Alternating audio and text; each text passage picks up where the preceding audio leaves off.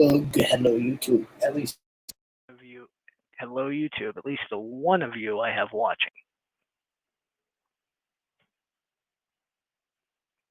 Now we just wait. But the one of you that's watching, I burnt my finger.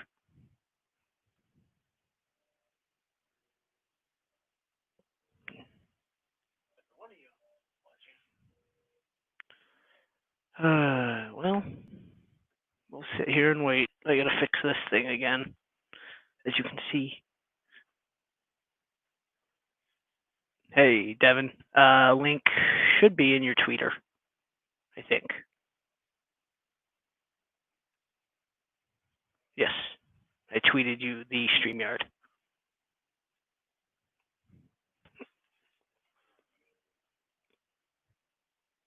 But now you have to give me a hard time because I burnt my finger.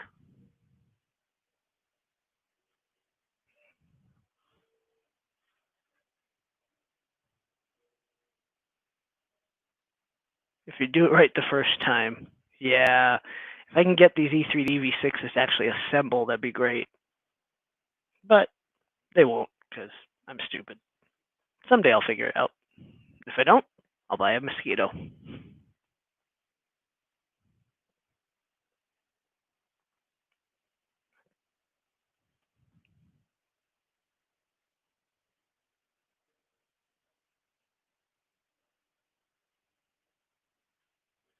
So exciting. I have so many people watching.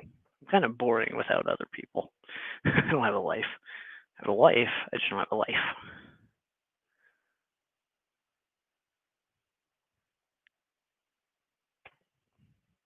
Hey, Viking. What's up, bud? If you want to join, the link I sent you a message on Twitter.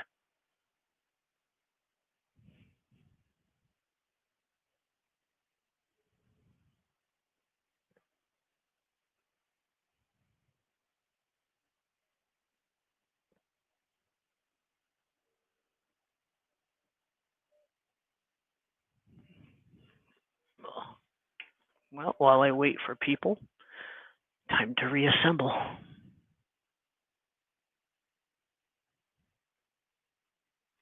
Two.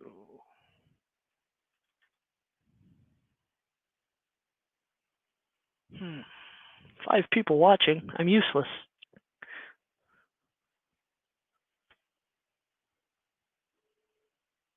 Ah, new furniture to build. Is it IKEA furniture?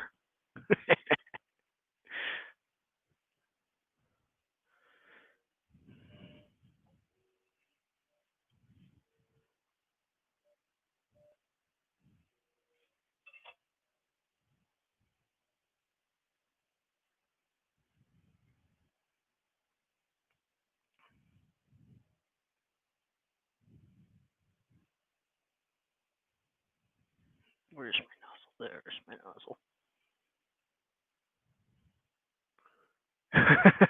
A couch and a desk. Well, don't put the screws in the wrong place. Those IKEA directions can be painful, just like my finger.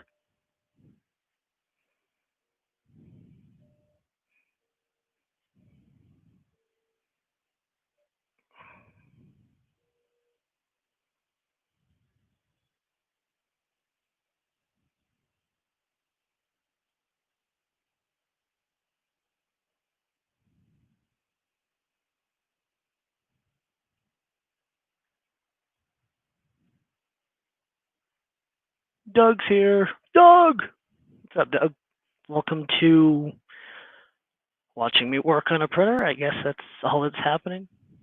Someone will appear someday. Maybe one of Dan's cats will grace our presence.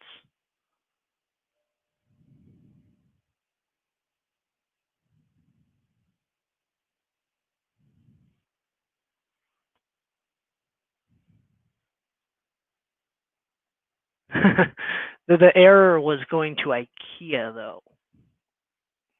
Yeah, you know?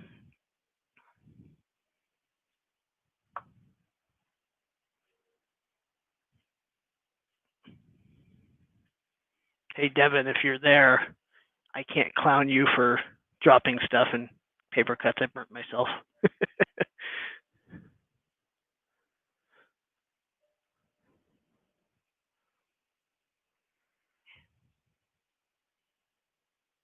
Come on.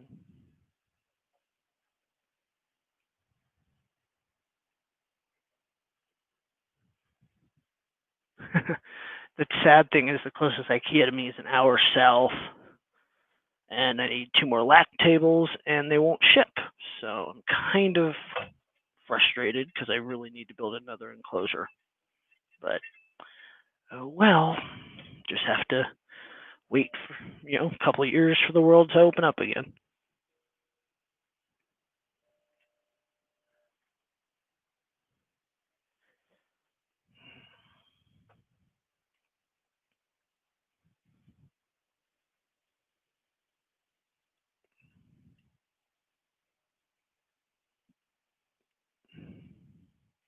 Damn it.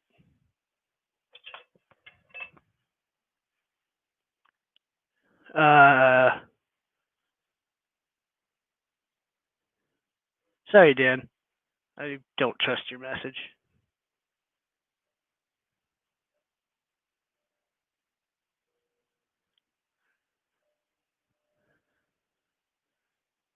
Oh wait, yes I do. How do I fix that? Post it again. I'm a moron. I realized you were putting a cat.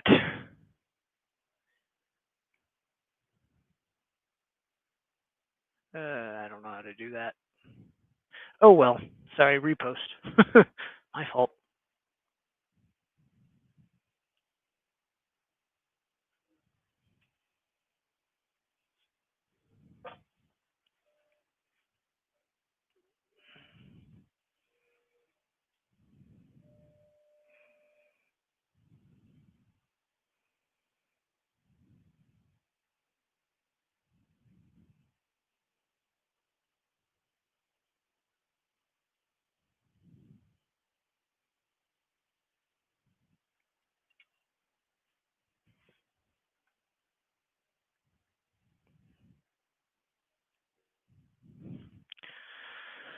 All right.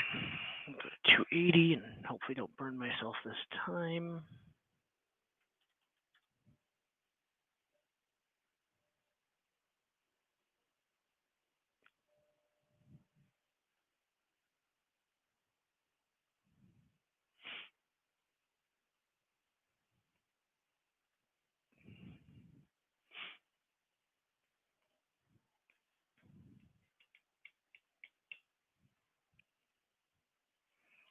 Dan, if you're there, wow, stick.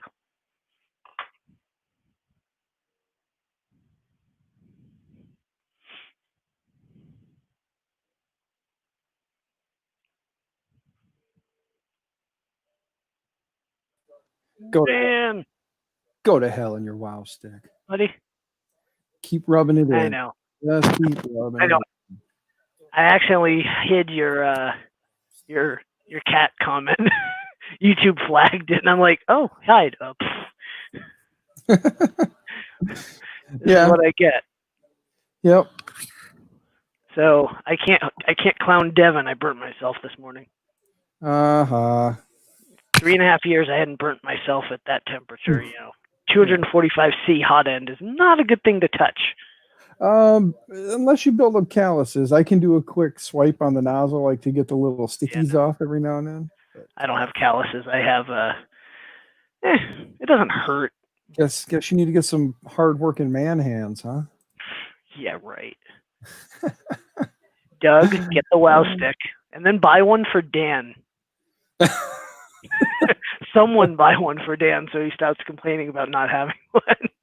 Yeah. Hey, Devin, by the way, I don't know if you saw my message, but I went to the I went at like 11:30 to go to the post office to mail out your little fitting, and I got to the post office to read on the screen that it said closes at 11.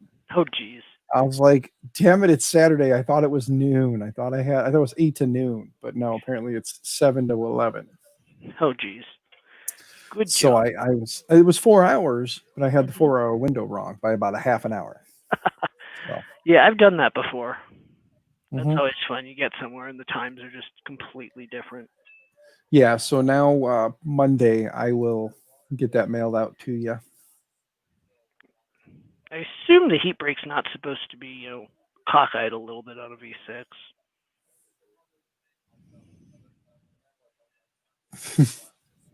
So I got to double check. Yeah, that's what I thought. I was like, I'm sitting here and I'm realizing, oh yes. Hmm. So Justin, yeah, I was like, so Justin posted that I'm getting tired of streaming. Yeah, I'm getting tired of being the one hosting the streams. Like Yeah. anybody else can stream.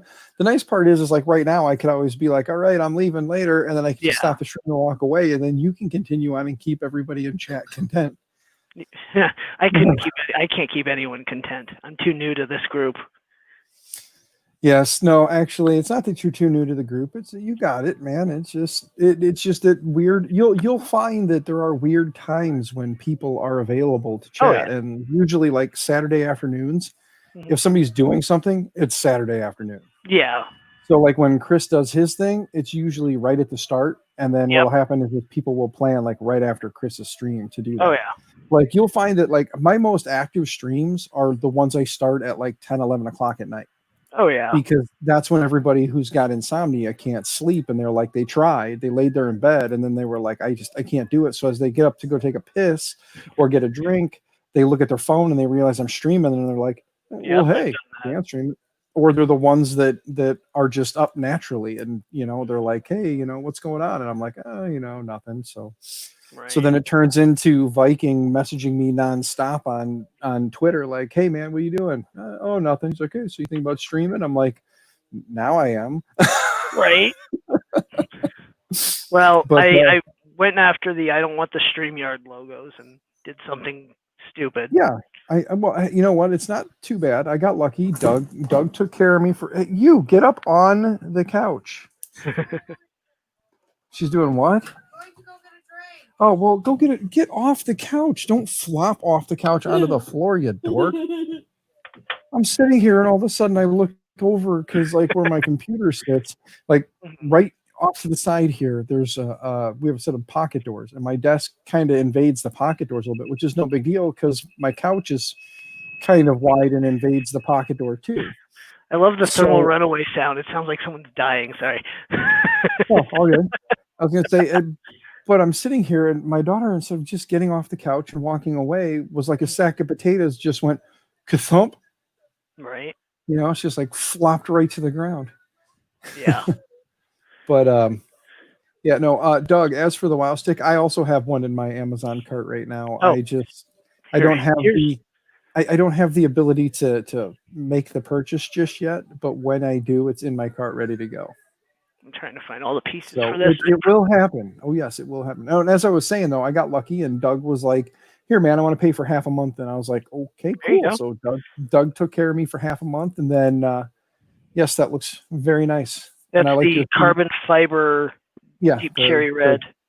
yes. It's It looks very, very nice. it's perfect. I'm kind The of fact that did you find that on like Thingiverse or something? Yeah. The model. That's Yeah. what I figured. and it has that's a what I little figured. stand to hold the stick. 'Cause if you don't have that, The stick will kind of try and wobble out. yeah. I mean, this That is actually useful that I looks- don't have to try to hunt stuff down. Yeah, you should go find the Thingiverse thing and post it in the chat for all of those who may be interested in it. For those who either have or might be Here's buying. the taco princess. What's up, Taco Princess, aka Procrastination Queen, aka Dev, aka Data Chromebook Point smasher. Queen. Yeah, that's why you're the Taco Princess, because you're enjoying some tacos at the moment. I Right. see. But Devin, I can't give you too much of a hard time. When I burn myself on a hot end, it's genius. He broke Noob. himself. Yeah. Totally. Yeah. That was my own damn fault, but Yeah, hey, pro tip, those are hot. yeah, I know. 3.5 years of printing, and this is the first time I burned myself. Yes. Hi, little girl. Now go on. Hello, Bob. Hi, Viking. Hi, Doug. Hi. I don't Hey, anybody Bob. else. Everybody. Hey, Bob. Doug. Hi again. Yeah, I always give Doug credit because Doug's like the first person who was like, "Here, let me give you money," and then Justin was like the second person to give me money, and then RC was like the third person to give me money. So Right. between So- Justin and RC and Doug, I have my StreamYards paid for like 2 months, 2.5 months. Actually, like 2 months, because with what you gave me, Justin, and then what Doug gave me, and then what RC gave me, that was enough to cover like the 2 months. Nice. Well, I probably should set something up for that, but meh. Yeah, I mean it's simple. You go to PayPal and you just create it, like with your PayPal account. You just do the what is it, PayPal, or is it like what is it like PayPal.me or whatever the hell it is, right? Isn't it PayPal.me / and then like your name? Create your I don't know. PayPal link. Got it.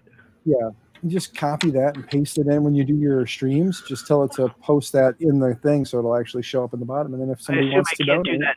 It's too late now, but yeah, actually, if you click up at the top there, you might have the option to edit the stream Edit. up on the upper yeah, right. I can. Yeah, Yep, I got it. Okay, there you go. Paste it in there, and then it should automatically update it. And then anybody who wants to donate can. Like, I never say it's in the comments if you guys want to donate. It's there. If people are curious, they can click it and send me monies, and then I'll tell them thank you. Usually on stream if I notice, and if not, well, then I'll find them and I'll either get them on Twitter or the next stream, and I'll call them out for the kindness. Yes. Or you got like Miss Devon. She just, people are always like, what does Devon want or need? And it's always, again, weird to see Devon with the light of the day on her skin. Yeah. So, Mr. Dan. Yes, sleepyhead. Today I woke up at approximately 11:50. I can tell you look like you are still very, very, very much in the waking phase. Oh yeah, I didn't get out of bed. I just watched Hot Mix in bed. Yeah, you rolled over and you were like, "Ooh, it's Chris. Chris in bed." Pretty much. And then you were like Chris. You were like Chris and Dave in bed. Pretty much. But moral of the story: the United States Postal Service closes at noon on Saturdays. So even if I was except if I would have just grabbed these and hauled ass, I still wouldn't have. I wouldn't have made it. Well, if I do this, if I stick my hand in my pocket and I go like this, there it is. And I went and I took my daughter. We got in the car. We drove to the post office. I got out of the car, and as we walked up, I looked on the door, and like the lobby area is open 24/7, so people can go in and get their mail at any point, because sometimes you get the midnighters and stuff. So the lobby area is open 24/7. So I went to go walk in. As I walk up on the door, it says like the actual office hours for Saturday, instead of being 8 to noon, like most things are on Saturdays, or 8 to noon, then they close at noon for like a lunch. No, not the post office here. The post office here is from 7 to 11. Oh, geez. So I was like, well, damn it. Well, I was like, well, Miss Devon, guess what? Monday, I will just have to make it a point to stop and get that sent out. Which I really don't get it, because like the post office, the bank, they close at 5:30. You'd think on Saturdays, the day they would be open all day when people have time to run errands like that. Right. You think they do like the DMV does, and they wouldn't necessarily be closed on Monday, but maybe run like the short day on like Monday, and then have like Sunday and then short day Monday, and then be open all day Saturday, like a Tuesday through Saturday, like a full. But no. Yeah, no. That would make way too much sense for a government entity. Yes. I would really like it if one of the services would actually start delivering on Sundays, because Amazon's the only one that does. Think about it. They could have a Friday, Saturday, Sunday crew work 12s. That's 36 hours. It's full-time employment. They could hire a crew to work Friday, Saturdays, and Sundays, 12 hours. And then your Monday through Friday group can, become a Monday through Thursday group, and they can work 10s. Then they're getting their 40 hours a week. So they would work 4 days a week at 10 hours a day. But again, See, Bob blames himself, but it's only partially Bob's fault. I was chatting with Bob and Robbie Mack till 3 o'clock in the morning. Oh, jeez. And then I went and got in bed, and I was like, I'm just going to put on a YouTube video so that I can fall asleep. And then I got an idea. You watched one of our old streams, and that was getting you sleepy, but then an idea clicked in your head. Yeah. I was watching a Maker's Muse video, and I was like, ooh, I could do this, but change this, and it would maybe work for an application I'm working on. And then I was up till 5. Ding dong. You don't watch inspirational videos at bedtime. It sparks the brain. Watch one of our streams. That's 6 hours if you watch the long ones. It's 6+ hours of nothing but just droning on. Right. Yeah, I don't know why I started watching Maker's Music at 3:30 in the morning. I really shouldn't have. Yeah. Nope, I think you're dumb. So yeah, I was designing that until like 7 in the morning. But I do. I mean that in the nicest way possible. I think you're dumb. You know better. You know how It's you okay. are. And then, No, you're 100% right. Mhm. So I'm taking the V1.1 board or 1.0 board out of my original first Prusa, putting the V1.1 that I have in, just because I can. Yeah. Why not? Make it better. Prusa better. Always Prusa better. Yeah. So that being said, then what time did Dave bow out? That he Like 2 last night. I don't know. I was gone. He was still there. Mm-hmm. He left He was around half 2. asleep. Jeez. Mm-hmm. Bob, what time did you and Robbie Mack call it quits? The thing that gets me is Robbie always thinks that like he's interfering in a chat, and it's like, Robbie Mack, no, people actually do find you entertaining, whether you believe it or not. Right. We enjoy listening to you, man. We enjoy hearing you speak. And he's just kind of like, yeah, I'm sorry, guys. I don't mean to drone on. No, Robbie, like, we're listening. Don't you get that? Like, if we weren't interested, we would walk away. We would like go do stuff. But we keep listening because you're interesting. Like, it's nice to learn things, whether it be about Pantone or not. I mean, it's interesting to learn something. Mm-hmm. We did have like really great conversations about a lot of things last night. Mm-hmm. Yeah, that's why I love it. I'll sit there till 4, 5, 6 in the morning talking to Robbie Mack, and he'd be like, I probably should go to bed for a little bit. Yeah, and whenever he goes on one of his tangents, you'll always learn something. Mm-hmm. Mm-hmm. Mm-hmm.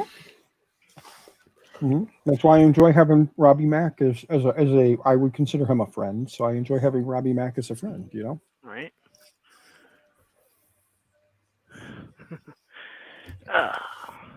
You guys are gonna have to keep an eye on chat for me because I'm. Oh, it's all good. You know, Doug, I do the same thing. I'll grab the crust when it's done. I'll grab it by the sides, pull it right out, and stick it right on the cardboard. Mm-hmm. Yep. I am guilty of that as well. Need to print a new control board Stick, box. wow stick! I cannot wait to make you my friend. Right. I can't use it on this one right now. The screws and nylocks are too tough. You know, the conversations would be better if that Bob Carnes guy would quit getting involved all the time. He just always like slides right in there. Right. Slide into the DMs. Just kidding, Bob. We enjoy having you around. You are also a wealth of knowledge. You just don't. When you come in and hang out, you don't feel as though you're a burden, which is a good thing. And like Robbie, we just got to keep reminding him that we enjoy having Robbie around. He's a good dude. But when Bob gets on streams, we get to see the wolves. Right. Mm-hmm. You know, Devin doesn't care about Bob. She just wants to see the wolves. Mm-hmm. No, I enjoy Bob too, but the wolves is just the wolves are a added benefit of Bob being on stream. Mm-hmm. You just want to see the wolves and the wife. You don't care about Bob. You're in it for the wolves and the wife. Right. Mm-hmm. I'm gonna forget how all this wiring goes and put it all together, and it's not gonna work right. It's gonna blow up. I hope so. Only thing I need today is for a printer to explode. Hey Chris, you should get on stream so we can see how well it works. Yeah, I can send him a link, but I don't think he'll join. Yeah. I don't know if I tried to tweet him a link and it says user cannot be messaged, so he didn't get nothing. Well, here, I'll send him the link. Perfect. Because I can go pester his ass. Perfect. Justin, you're not in the Shenanigans Discord chat, are you? I am not. Somebody should add you to that. Someone should. You should talk to the angry man and make it happen because that's. Well, next time I see him, I will have someone else mention it because. No, I was talking to the Devon. I'm saying the Devon should do that. Oh wait, I can add people. I forgot I can do that. Hey. Justin, what's your Discord handle? Same thing as my YouTube handle. J199T. Yep, 3 9s, not 2 9s. Yeah, that's when I started my first email and username and all that crap. I gotta go send a message. You go find the man. If I learned how to spell, I could probably get a little farther in life. Jesus H. Oh, you're not bad compared to my service advisors at work. No, when you go to spell Chris and you spell it CRHI. Yeah. Well, yeah, that's okay. My techs don't know how to spell vehicle. There you go, Mr. Travis. No excuse now. Where's my wow stick? Wow stick. I lost my wow stick. There it is. I'm eating deep fried nuts. I'm eating a taco. I need to get the bacon flavored deep fried nuts. That's what I need to get. I saw them the other day when I was in there. It's like bacon flavored deep fried nuts. I'm like, oh. But I still had a bag of just salted nuts at home. I'm like, I'm just gonna get those later. Oh, we've got this guy. What's going on? It's Snafood, aka Mr. Travis. Hello, everybody. Travisto, how's it going? So, can't test the video right now because it's all disconnected. But I was just using it on my Raspberry Pi as a webcam to do octolaps. Nice. With a GoPro. Very nice. And so, initial testing, it was very positive.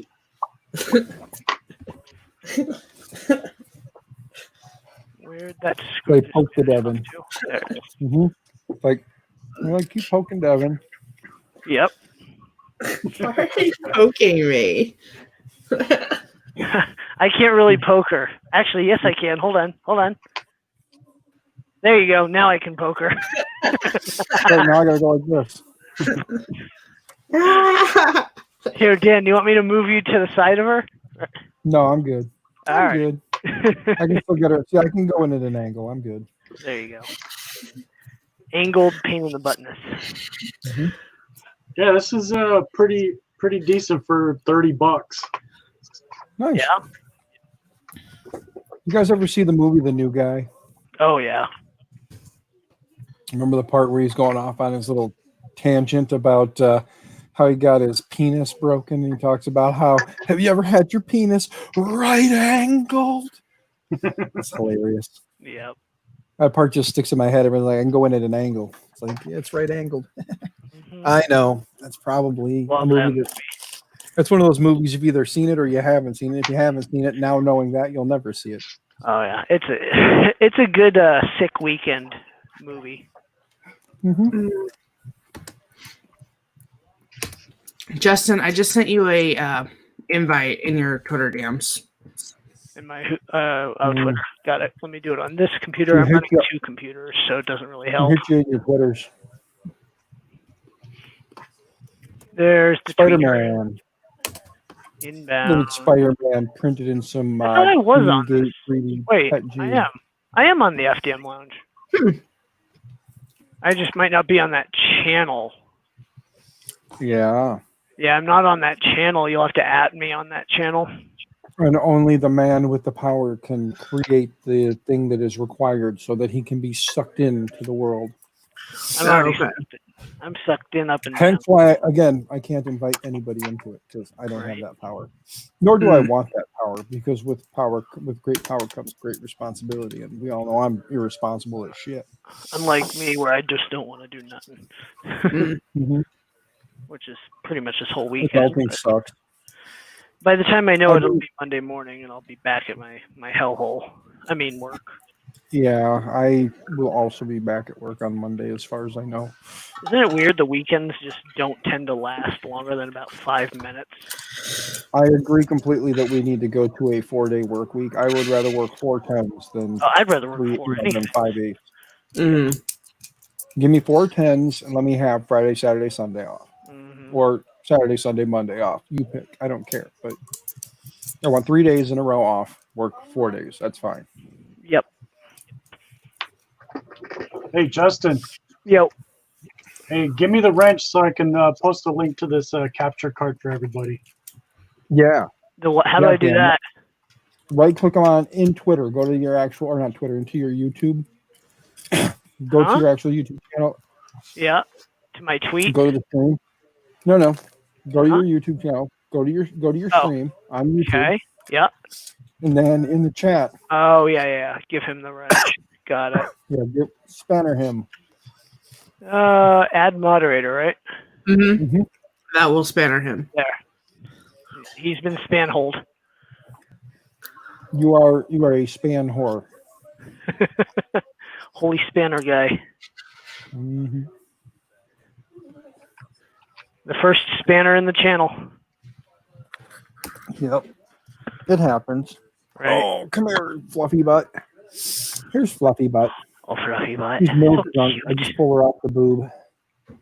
Yeah, I just pulled her off the boob. She's milk drunk right now. Okay. Yeah. Is it rough being up all night causing hell in the house? Yeah. The Hellcat? Yeah, she just causes all kinds of havoc in the house, huh? Yeah, just go to sleep. Yeah, it's a good little Fluffy Butt. All right, there's the link. Okay. I hate doing these board swaps.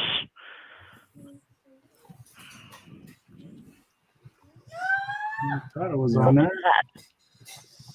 Someone die? So, I kind of missed the end. No, my daughter's just squealing. I missed the end of Chris's stream because as I was sitting here, like the power dropped out at the house, and I guess it went out throughout the entire town because my wife works across town at the grocery store. And I'm sitting here, the power comes back up, and I'm like, all right, we're good to go. And I'm waiting.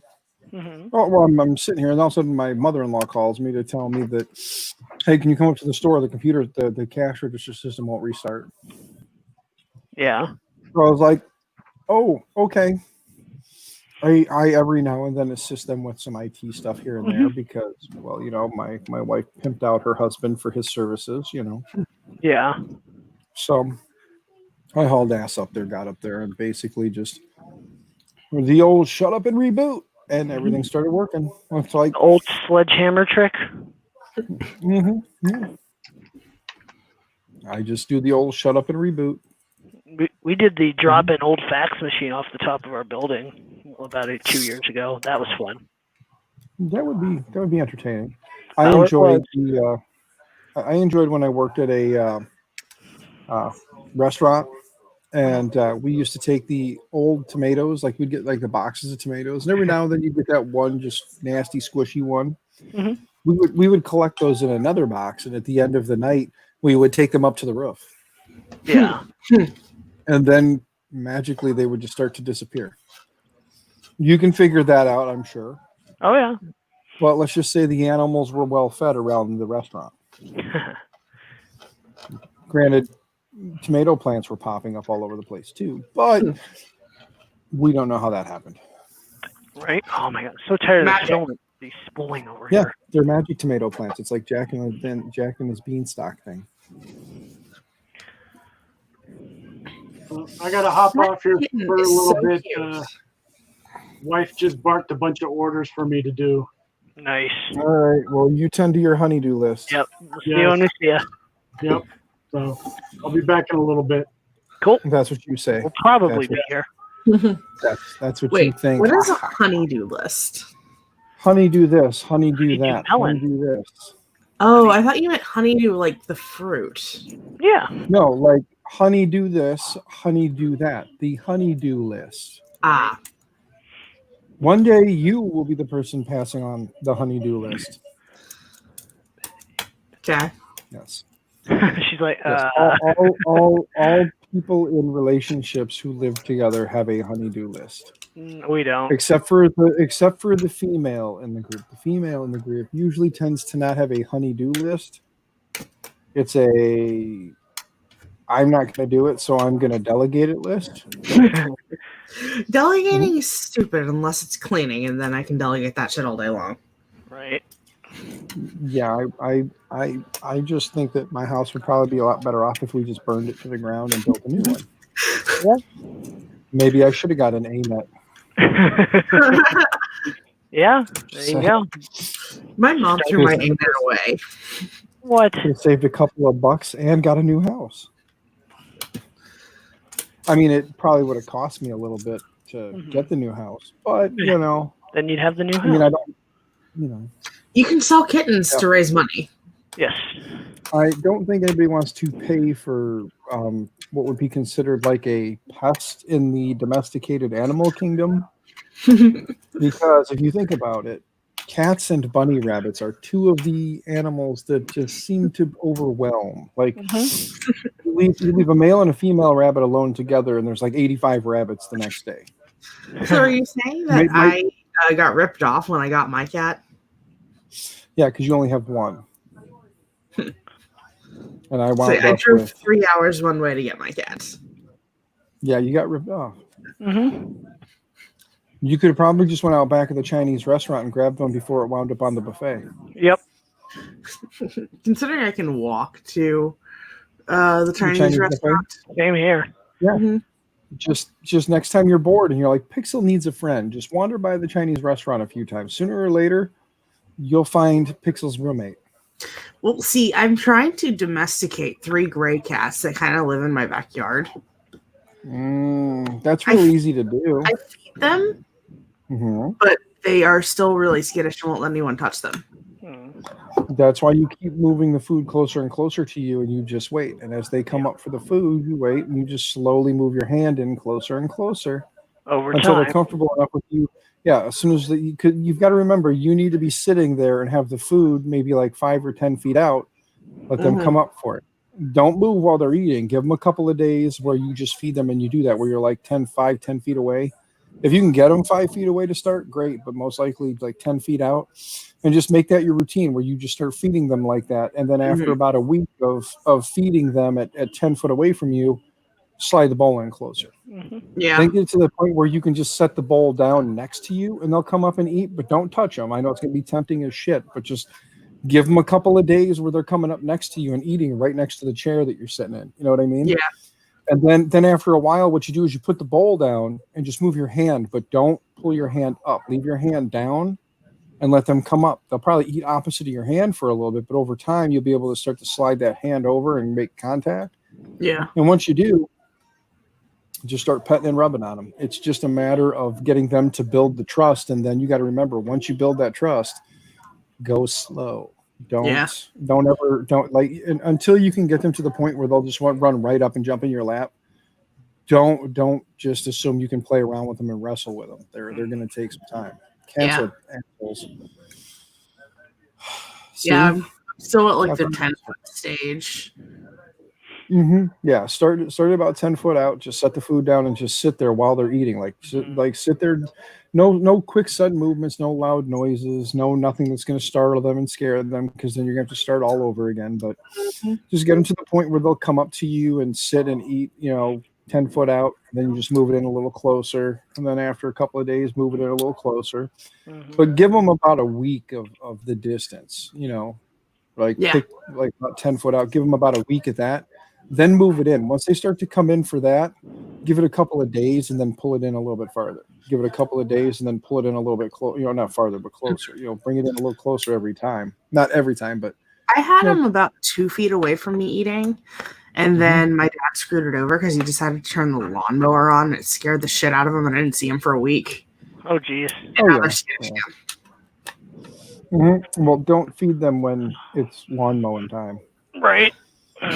Just saying, don't feed them during lawn mowing time. Probably not a good time to feed them, because nothing personal. I don't want to stand in the grass and eat while somebody's coming at me with a giant mower of death. Right. You got these spinning blades and loud noise, and the next thing you know, it's like, oh, look at the fuzzy little. Never mind. Right. Yeah. They went from being a fluffy little kitten to a little ball of goo. Yeah, no, a little ball of red. Yes. Oh, come on. Okay. They're I gotta find cutters. cutters. Little You know, flush if cuts. what is this? That might My buddy. too long, huh? My buddy posting about these possums that are wandering around the property he just bought. Nice. Yeah. Okay. I'm halfway done. I hate doing these board rewires, but why not? Something to do. I could, of course, be watching TV with the wife, but why do that? Yeah, again, there are certain things in life you do and certain things you don't. And until she forces your hand, you just keep doing what you're doing. You can't get in trouble if you stay out of her hair. Until end of March when all this started, we were watching TV every night and I'd print, but now with helping out the effort, I was one of the main guys. I spent the better part of every day off on Zoom with about 80 different makers helping them. So I spend more time in this room now, and I'm more, and then I now have this because they pretty much disappeared because we completed our efforts. So, which, hey, it's good we completed it, but you make some friends. Oh, hey, my eye is well swollen now. You help each other out, stuff like that.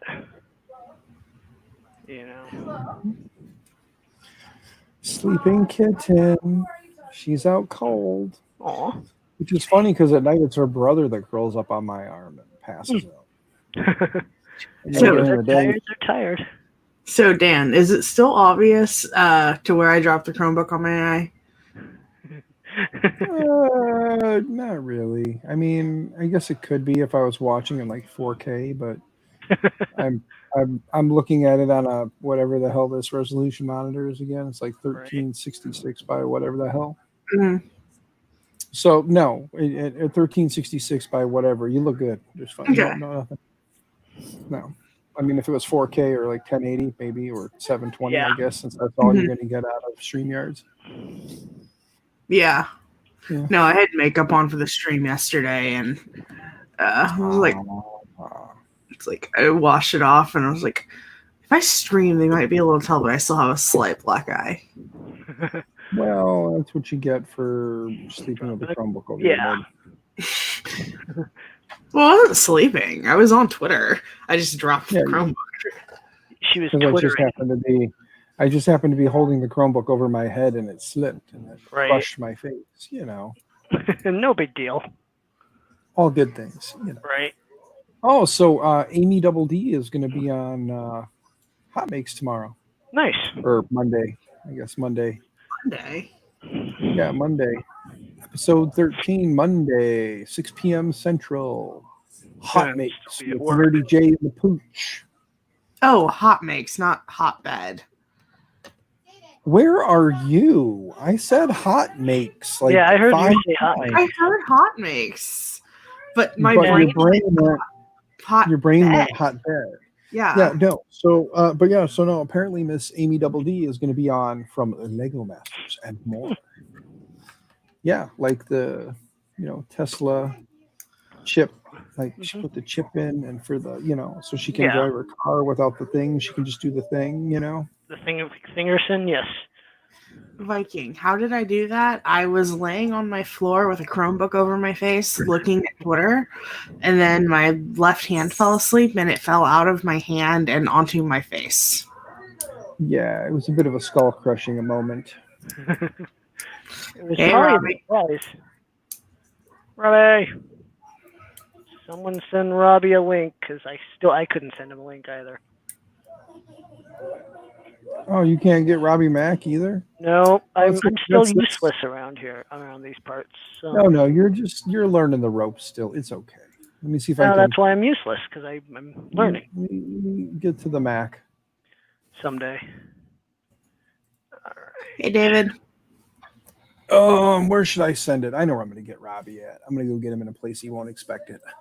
Oh, I literally already sent him a link. Perfect. Piss off. I was going to go send it to him on a place that he wasn't going to expect me to send him a message on. Sure. What were you going to do? Email him? No, even better. What, write him a letter? No, the book. Write him a letter. Yeah, the book. The one. Yeah, write him a letter with the link, and if the link is still active by the time he gets it, right, you have problems. You never know. I forgot my Raspberry Pi GPIO. Look, Devin, look. It's kitten face. It's a very blurry kitten. Oh, that kitty is so tired. Yeah, it's hard work being an asshole. Just ask her; she'll tell you, or show you at least. Sounds like I should go get my orange kitten. It sounds like Pixel needs to come show off his butthole, so this can be a stream. Hey, Pixel. Wait, we gotta talk. We gotta talk about food too. So somebody bring up food. Pixelation. Kitty. He's running away, Devin. He's running away. Get him! Get him! It's funny as hell too, because she turned around and he was right there in the bedroom, and then she calls his name and he runs off. Right. David, hello, hi, how are you? Nice to see you. Why am I doing things so stupidly? I forgot how my. Book of Faces. Yes, Mr. Bob Carn. Book of Faces, step 6 of 9. What? I love you too. Please go sit with your sisters and watch TV. I told you were good while I was gone, so you can sit with your sisters and watch TV. So go sit and watch TV. Look, it's Pixel and his amazing butthole. Aw. Yes. It's Kittyception.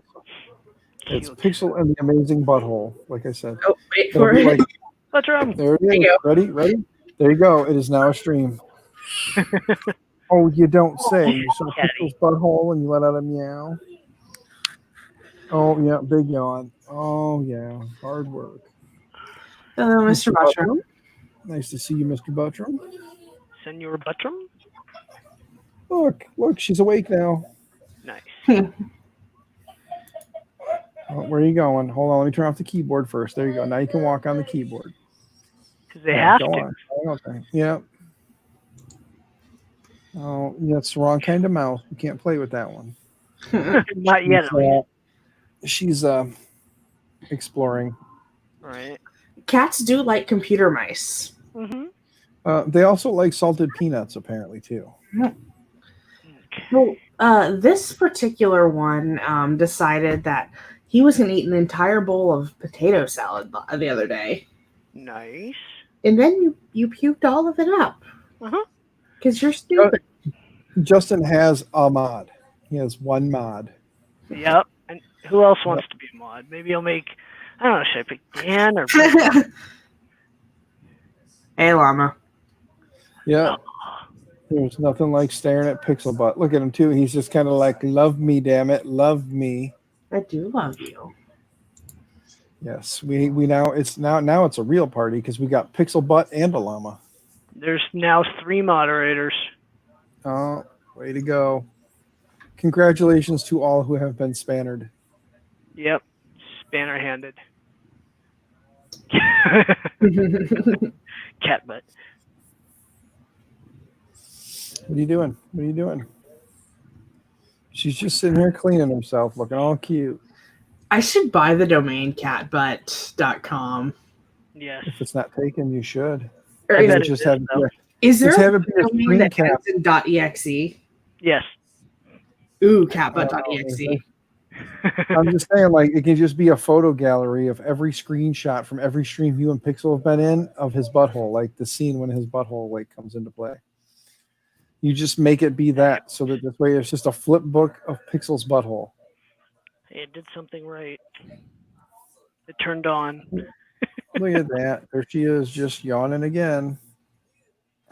Come on. And she's hard to type. What are you doing? You going? You jumping? No? You're hanging out still? Where are you going? You don't have to jump across to that. You can just walk right in. Door's open. You can walk right in. That was hilarious. She jumped off the desk, and I had like an empty soda can sitting right there because I just finished my soda. Yeah. And when she jumped off, her tail caught the soda can. So as she made contact with the floor, right behind her fell a soda can, and she freaked out and took off running. Of course. She scared herself, just like the cucumbers scare cats. Damn it. Yeah. I cannot get catbutt.exe. Why not? Oh. It does not exist. Oh, so catbutt.exe. So exe is probably not available then. Yeah, and catbutt.com is already taken. Dang it. Get catbutt.xyz. Yeah. .xyz. Or any one of the new ones that they've got, like catbutt.design. Oh, no. Yeah. Forgot I own this domain. You forgot you own a domain. No, I forgot about this ending. Catbutt.meow. Yes, catbutt.meow. There you go. I'm buying it. There you go. So you'll have catbutt.meow and just make it all Pixel's butthole. Pixel will go to the vet, and the vets will be like, "Oh my god, it's the famous Pixel. I can tell by your butthole." Pixel is famous at my vet for more reasons, for a different reason other than his butthole. Yeah. Is it his love of getting his temperature taken? No. It is for his size. Oh, because he's a little fella. Wink, wink.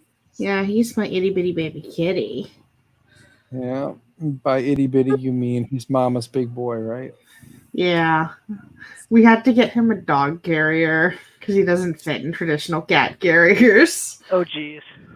I like how he's just sitting there like, you don't have to shame me. I'm right here. Just bump your head into mine. Right. Flick this on. He's a good boy. He's like, not me. Right. That's what I did to your shoe when you weren't looking. Oh, are you going to be cute and cuddly? Come on, connect. I don't even have my phone to take a picture of you being cute. Do or do not. There is no try. Look at that face. Come on, connect. Dang it. Well, Mr. Bertram, what printer are you designing a mount for?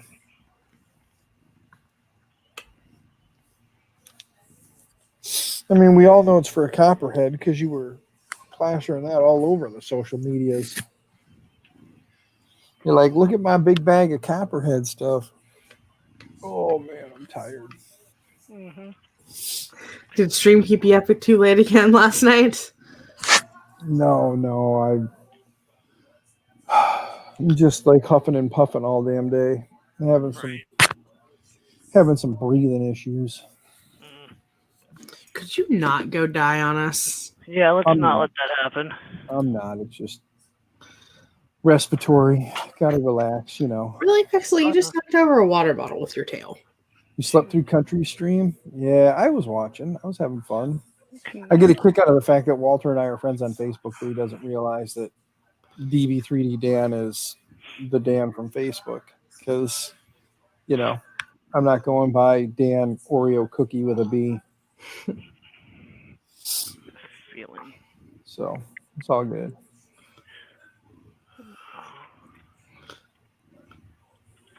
I love how messy my workspace is. Cannot find anything ever. Yeah. Then when I do, I don't need it. So. Oh, I keep forgetting. I'm like, I hit enter. Why isn't it working? I'm like, oh yeah, that's right. I had kittens walking on my keyboard. I turned it off. Perfect. Catbutt.live. Perfect. There you go. $20 a year. Yep, and then you'll have the awesome catbutt.live domain name so that anytime you go live, you can use that and just be like, when will Pixel's butthole appear? You have like the butthole counter. Mm-hmm. Well, I was going to do catbutt.meow, but it was $300 a year. Ooh. Damn. They really do like stick it to the cat, like to the pet lovers, don't they? Mm-hmm. Yeah, so it's probably going to be either catbutt.xyz or catbutt.live. Don't they have triple X? You get catbutt.xxx. There you go. Let me see. You guys convinced me to buy so many freaking domains. Right. All right. No, xx.xxx is not available. Reboot. All right. That's kind of weird that catbutton.xxx isn't available. It's not a domain ending. Oh no, it is just not on most all registrars because of the XXX being associated with the adult film industry. Yeah. Because again, you have your single X videos, which is like they show some parts, which is kind of like a rated R. And then their double X, which is like the softcore stuff where they show you the idea of, but not the actual act. Hey, so I've got a guy from my maker group has joined us. This is Dave. Dave! Hi, Dave. Dave is muted, but Dave is here. He's always muted, though. Hey, that's fine. I like how it says Dave Avery or Dave Avery. Yeah, that's a handle I've been using for decades. That's funny because my daughter's name is Avery, so we spell it Avery. Nice. Yeah, well, it's D.A. Avery, so it's Dave A. Avery, so it just worked out, and more people have come up with creating that handle for me. I'm going, yeah, I already been using it. Yeah, there you go. Yeah. Long time no see, Dave.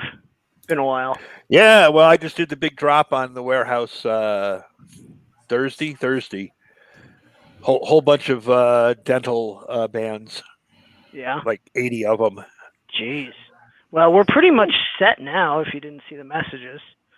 Yeah, well, that was what got us. That was she needed like 60, and I had like 60 and 20. So I pretty much filled the order for dentals. Well, we filled every order. We're done. At least for now, till the next round. Yeah, well, so far Colorado's looking good. Yes. I couldn't tell you about Illinois because where I'm at is not Chicago, and anywhere outside of Chicago, Illinois is not that bad. Well, Colorado was a little strange because it hit in the mountains where the ski resorts are first, and then moved into Denver. Yeah.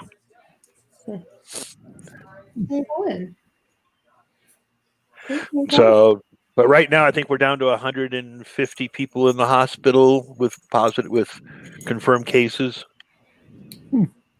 We had 102 new cases yesterday. Because people in Waco are idiots, and until it went into finable law, nobody wanted to wear a damn face mask. Yep. We have that here too. Not much of a surprise there. Nope. I don't get it. Like, it's if the experts are right, it can reduce the risk of someone getting sick and dying. If the experts are wrong, you have the small inconvenience of wearing a piece of fabric over your face in public. Yep. Why are they so against it? Because they can. I mean, that's the best explanation. Well, I mean, I will admit I have to wear a mask at work most of the day at work, and it's a pain. Yeah, it's a pain, but is it worth like potentially killing someone over? Yeah, well, I mean, the good news is at least where I'm at, I'm in a non-public area, and as long as we stay 6 feet apart, we can take our masks off. So that makes it much more amenable. Yeah. As a guy with asthma and respiratory issues, I'm not required by the CDC to wear a mask anywhere, and it pisses people off when they see me wandering around with a mask on, and it's like, well, I'll tell you what, since the CDC says I have a better chance of dying from wearing the mask and rebreathing hot, sticky air, causing me to have an asthma attack or something else over the potential COVID, then wear your mask and stay 6 feet away, and we'll both be okay. See, that's fine. It's the people who don't have that issue bother me. Yeah. Well, and that's like I said, that's fine, and I get that. I just for some reason, I don't understand why people only hear part of the facts and then they get pissed off at the entire world. And it's like, without asking someone, is there a reason why you're not wearing a mask? They go straight on the attack, and then they just want to like scream and holler and yell at people and call them ignorant names in front of their children and everybody else's child. And it's like, if you just took a minute out of your day to walk up and ask that person, within the 10, within the 6 feet, of course, and say, excuse me, is there a reason why you're not wearing a mask? And if they have a legitimate reason, then go about your way and don't just automatically jump on the defense and like start screaming and hollering and calling them every name under the sun. How do I get myself out of the stream? Give it a minute; it should drop off. There, I got it. Yeah, or you can click Well, on I it mean, and it's the problem is nobody wants to pay any attention to anything. Mhm. This is just one more example. yeah, We don't want to listen to any details. Give me the 144 character Mhm. Yep. synopsis, and if it's more than that, I don't care. Yep. And that doesn't Yeah. work. no, they just want the quick and dirty and go away. Don't give me all the details. Just give me the details that I need. It just, like I said, so it irritates me when people do that kind of stuff. It's like, if you would just take the time out to actually ask someone a question, they'll tell you. Because, like, again, I can tell you that, like, hot, sticky air, if I'm outside, I can't be outside doing heavy activity or like lots of activity for long periods of time, because I will start to have issues and I will go down. And I'm 250 pounds. You don't want me just dropping out in the middle of a store, because ain't nobody going to be able to pick my ass up and drag me around, at least in the stores around here. Mhm. So ain't too many bodybuilders around here who can just kind of deadlift 250 pounds and drag it away. So, and then I don't really need an ambulance at that point. I just need the ability to get some cool, fresh air back in my lungs so that this way I can, breathe comfortably. Mhm.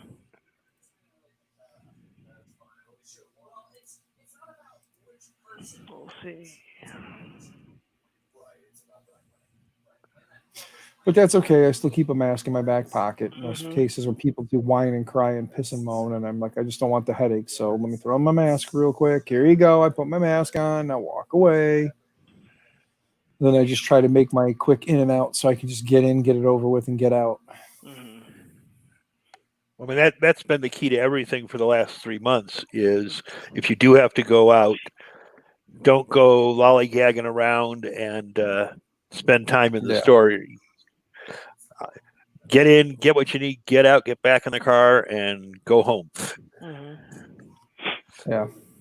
And that seems to be as hard to get people to do as anything else. I know my roommate works in retail. I mean, my roommate works in retail, and she says that, the asshole coefficient has gone up considerably in the last 2 months. Let's just put it that way. Oh yeah. I'm about 40% to the people who come in the dealership are wearing masks, and the rest conglomerate like no one's business. It's like, take yourself out in the parking lot. You want to do that? Go out in the parking lot, talk up a storm out in the parking lot. Mhm.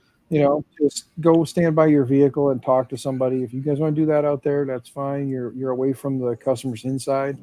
Like I said, my wife works at the local grocery store, and this lady sent to the store's Facebook page a thing saying that she found it disheartening that when she was in the store, there was all but 2 people in the store wearing masks. How is that And it's disheartening? She was just upset by the fact that, again, that only 2 people in the store were wearing masks. And it's like, okay, again, a mask is used to protect the general public from you, not to protect you from the general public. And the people don't seem to get that. It's to shorten the distance in which, if you were to cough or whatnot, how far away from you it would spread. It cuts it down because, again, it's just cloth. Cloth does not block, but cloth doesn't block anything. Perfect example. Take a drag of a cigarette, put a piece of fabric over your mouth, and then exhale. The smoke will go right through the fabric and out.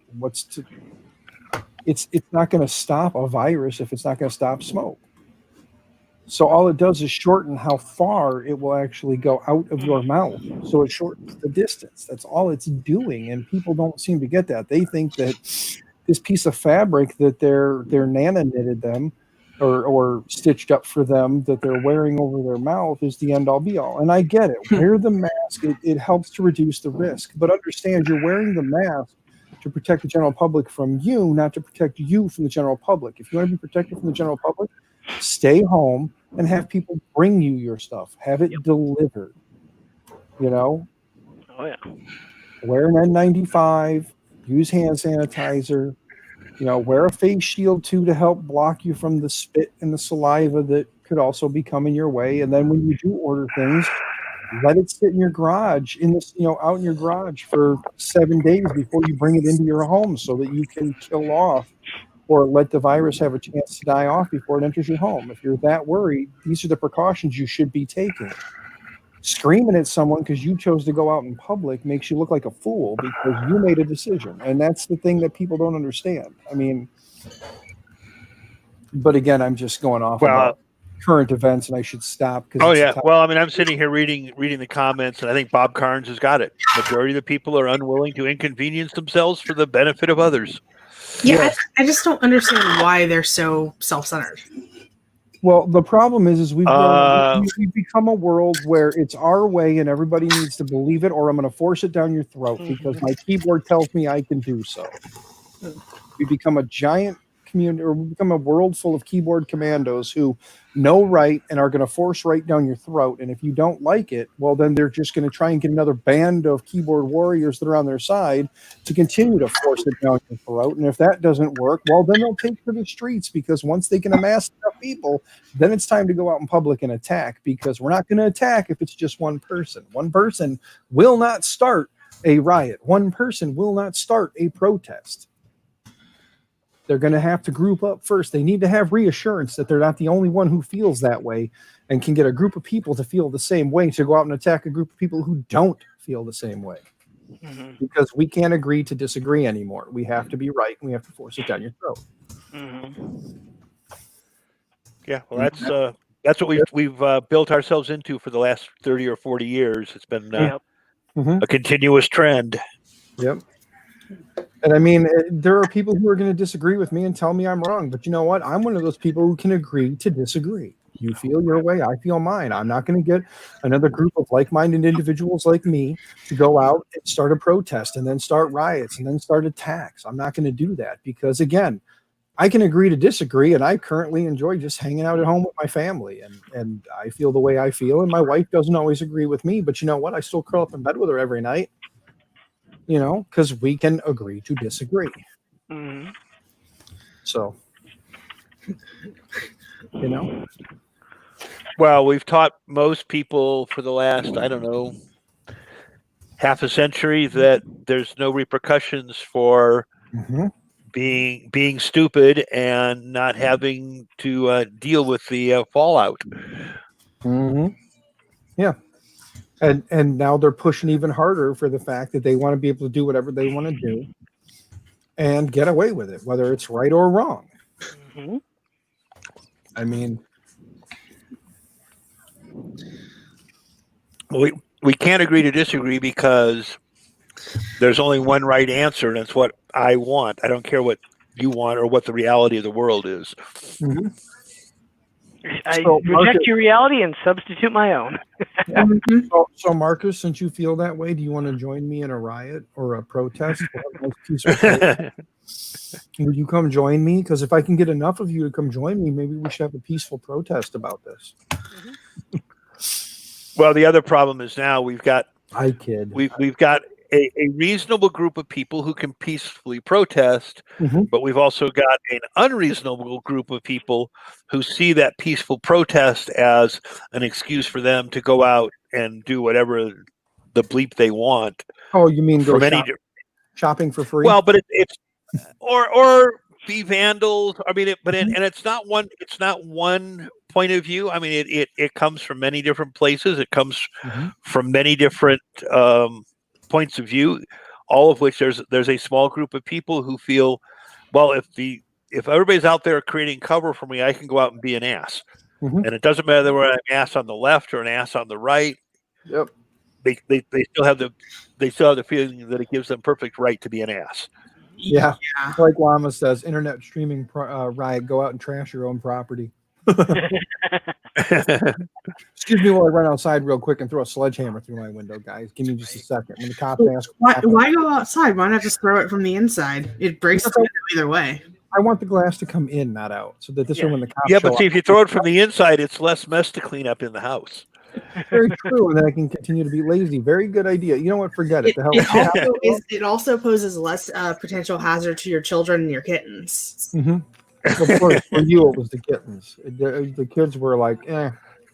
Well, the kids are all old enough where they should know not to step on glass. Yeah. The kittens, not so much. Right. On a side note, I got a buddy coming over. We're going to be working out in the garage, getting the office going here some more. He's supposed to be coming over to help me run some electrical, so I can get my all my electrical in place.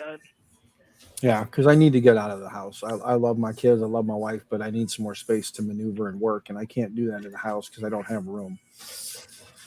And everybody's getting tired of me trying to slowly creep into more and more space within the house. So I just got to get that. You do realize that's a self-limiting, that's a never-limiting condition, because no matter how much space you have, it's never enough. I know. What's going to happen is I'm going to get this office built in my garage. And then what's going to happen is I'm going to find myself expanding the other like 11 feet that's available in my garage. I'm going to find myself expanding the other 11 feet to the front of that one bay because I have a 2-car garage and I'm taking over about half of one bay. So I'm going to end up just taking the wall down, moving it all the way out to the front of the garage, taking the door off, and then just extending the wall down. And that'll be what'll end up happening. And then once I do that, then I'll just decide that since I've already gone this far, I might as well just insulate the other wall, and then I can just leave these walls up and use that as like the printer area where they can be in there behind doors, and then the other half can be my office then. And then I'll kick my kids out of the upstairs, and then the upstairs will become something else. It's what we call feature creep. It happens everywhere. Yep. Yes, it does. Throw the kittens through the window, says David. Yeah. They're pretty small. I don't really think they'll go through the window. I think they might just hit, and it'll be like you see in the movies. They'll like. Well, depending on the frustration level, it's throw the 3D printer through the window, but that's a whole separate. Yeah, there are things in this house I won't abuse. My printers are one of them. No matter how angry they get me, I won't ever abuse my printers. Well, you could always throw a child through the window. My children, maybe. I mean, I might throw a child through a window. We don't know yet. Well, I haven't got to that point yet. I haven't decided that jail time is a good vacation from the house yet. I mean, if I throw a printer through the window, then I have to pay for a new printer and your printer and your kittens. Yeah, some people are worried about the kittens. I'm not. I only have kittens because my wife says I should have kittens. Ooh, well, they just add extra artifacts to your 3D printing. Llama! It's the llama. Tom Llama. Llama is like he's passed the hell out. Stop. Oh, I gotta turn. Hang on, I forgot to turn the audio off. Hang on. Here we go. I forgot to turn the audio off on the YouTube end of the stream. Right. Instead of the StreamYard's end of the stream. Yes. The StreamYard stream of streams. Streaming Streamerson. Streaming Streamerson.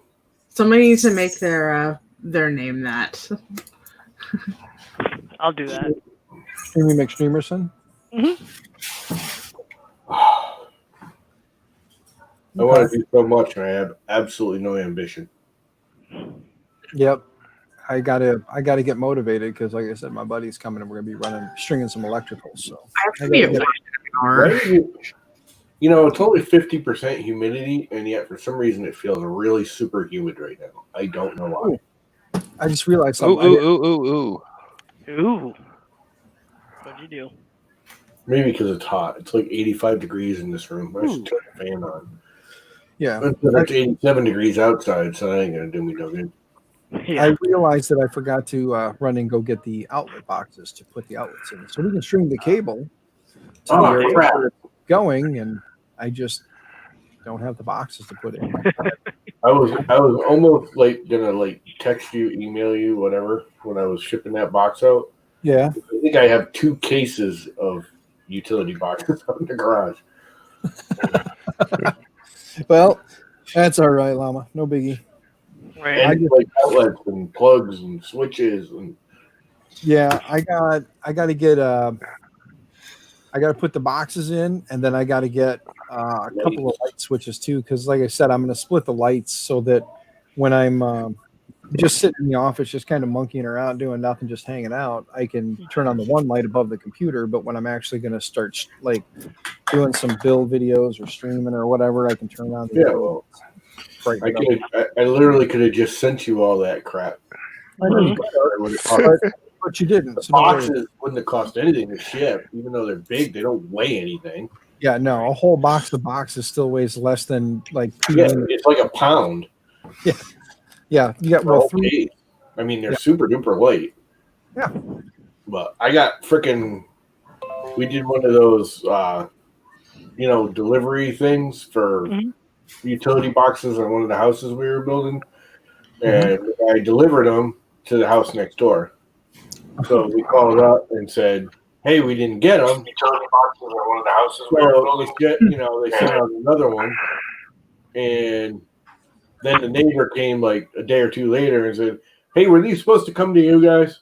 And they never charged us for them. We called up the company and said, "Do you want to bet?" We were honest. "Do you want to bet?" Like, nah, just keep them. You guys buy enough crap.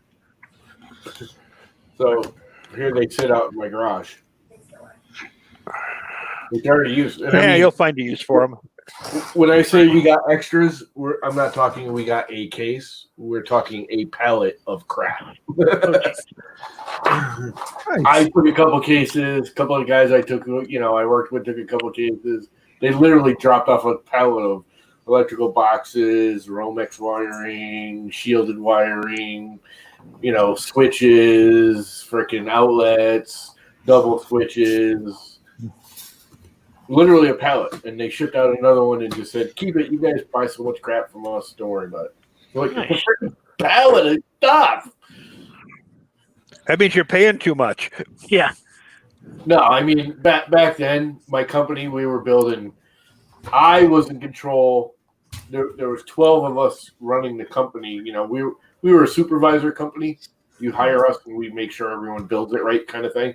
And but we supply the materials, do all the ordering and everything.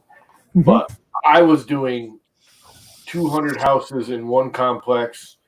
I was doing a golf course with 65 apartment buildings with 50 apartments in each building. And I was doing another lot down the street that was like 30 or 40 houses. That was just me at the time, let alone, the 12 other guys that were working for the company. Yeah, Bob Carnes, just to give you a heads up. When I order doors, I get a semi truck full of doors just for me. I'd order 150, 200 doors in a lot. And I did that once twice a week. Yeah. Bob Carnes. When they deliver me a pallet, that's a small load for me at the time. Yeah, that's not an option, Bob Carnes, because he's at where I need to go. So or not at where I need to go, but the distance for him to travel from where he is to my house would be the distance I would have to travel to go get them in a different direction. So by the time he would get to my house, I would just be getting there. Then he would have to sit and wait for me to turn around and then come back. So we'll just string the cable. I'll get the boxes later and then just put them in. And then you know how to back loop it and run them, don't you? Yeah. We can just string all the cable and get it to where each one of the boxes is going to be, cut it off, and then just when the time comes, I'll just grab the boxes either later tonight or tomorrow. I'll grab the boxes. I'll just hammer them in, and then you're literally just going to run one string of outlets, right? No, there's going to be right now. There's going to be 2 walls with outlets on them.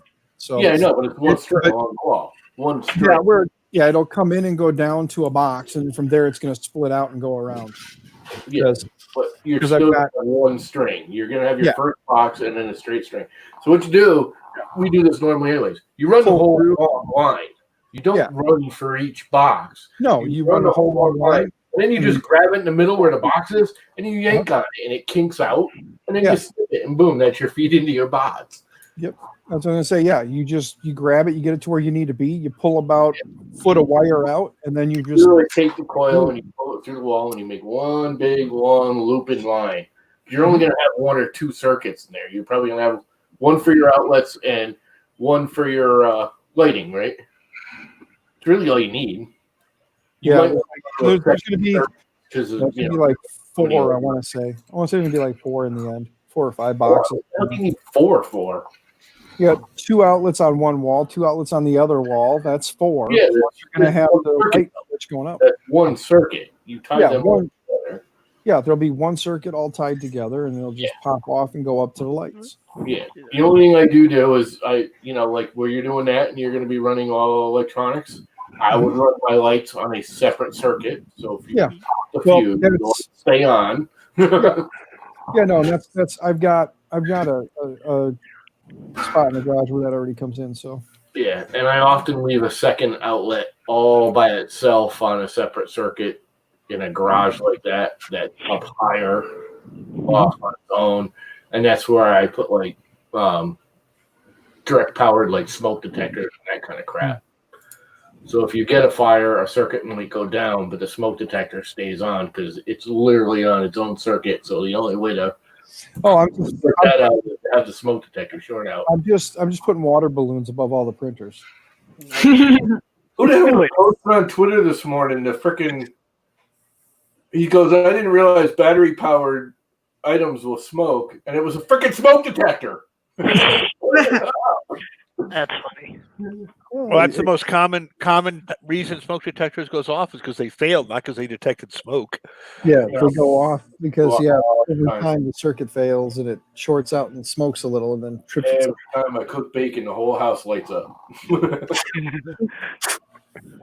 But at least it smells good. Batteries in my smoke detectors. Yeah. I would love to walk into a house that smells like bacon all day. I got no problem with that. Yeah, when my dad makes bacon, he tells me to go unplug all the smoke detectors. Well, what makes it worse is I bought these ones that are all interconnected. When my daughter bakes, we have to take the battery out when my daughter bakes, or when one of my daughters tries. Every time I cook bacon, these things go off. That's why the batteries are out of it because I got tired of hearing it. But they all go off now. The first one goes off, and you have like 10 seconds to get to it and shut it off. This alarm. Otherwise, everyone in the house lights up. I like how Robbie Mack is reminding me to run my Wi-Fi cable too. Well, no, the stupid thing is they're all Wi-Fi connected. So when I disable them, they go off saying, "Alarm is now disconnected." It's like, yes, I did this on purpose. Yeah, but I think, Devin, I think it went right over your head there. Wi-Fi cable. My Wi-Fi cable. Think about it a minute.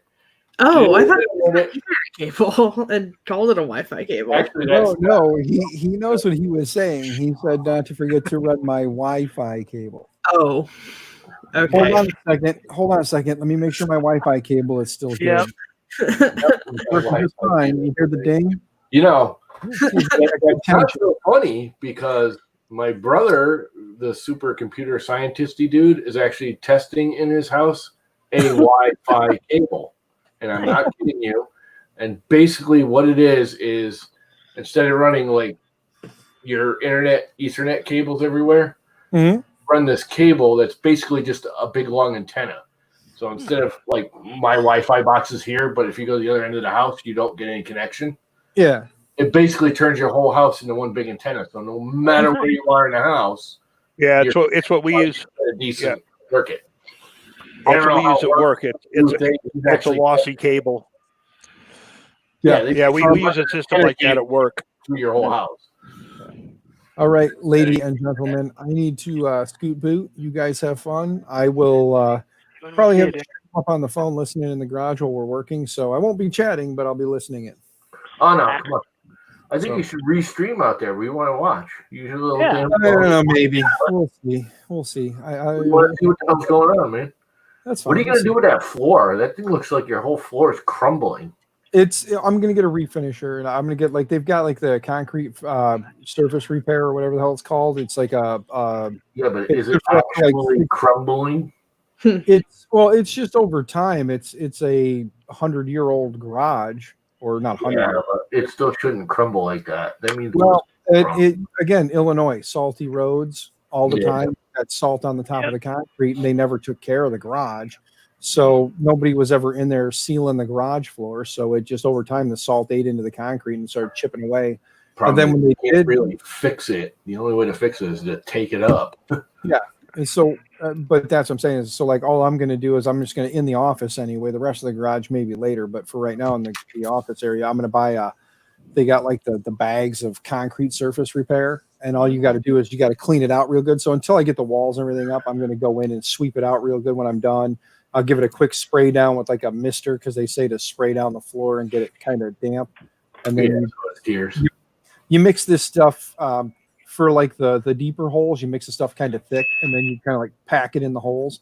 And then for the rest of it, you mix it kind of runny, and then you just pour it down, and then it's supposed to kind of lay out and then self-level as it goes. And then you just kind of give it a quick skim to spread around, but then it's supposed to kind of level itself out, and then you give it 48 hours to harden.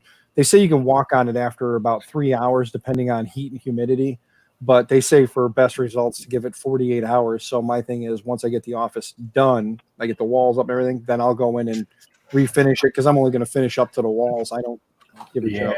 I would still put like a floating floor or something on top of it. You have a feeling it's still going to break apart on you.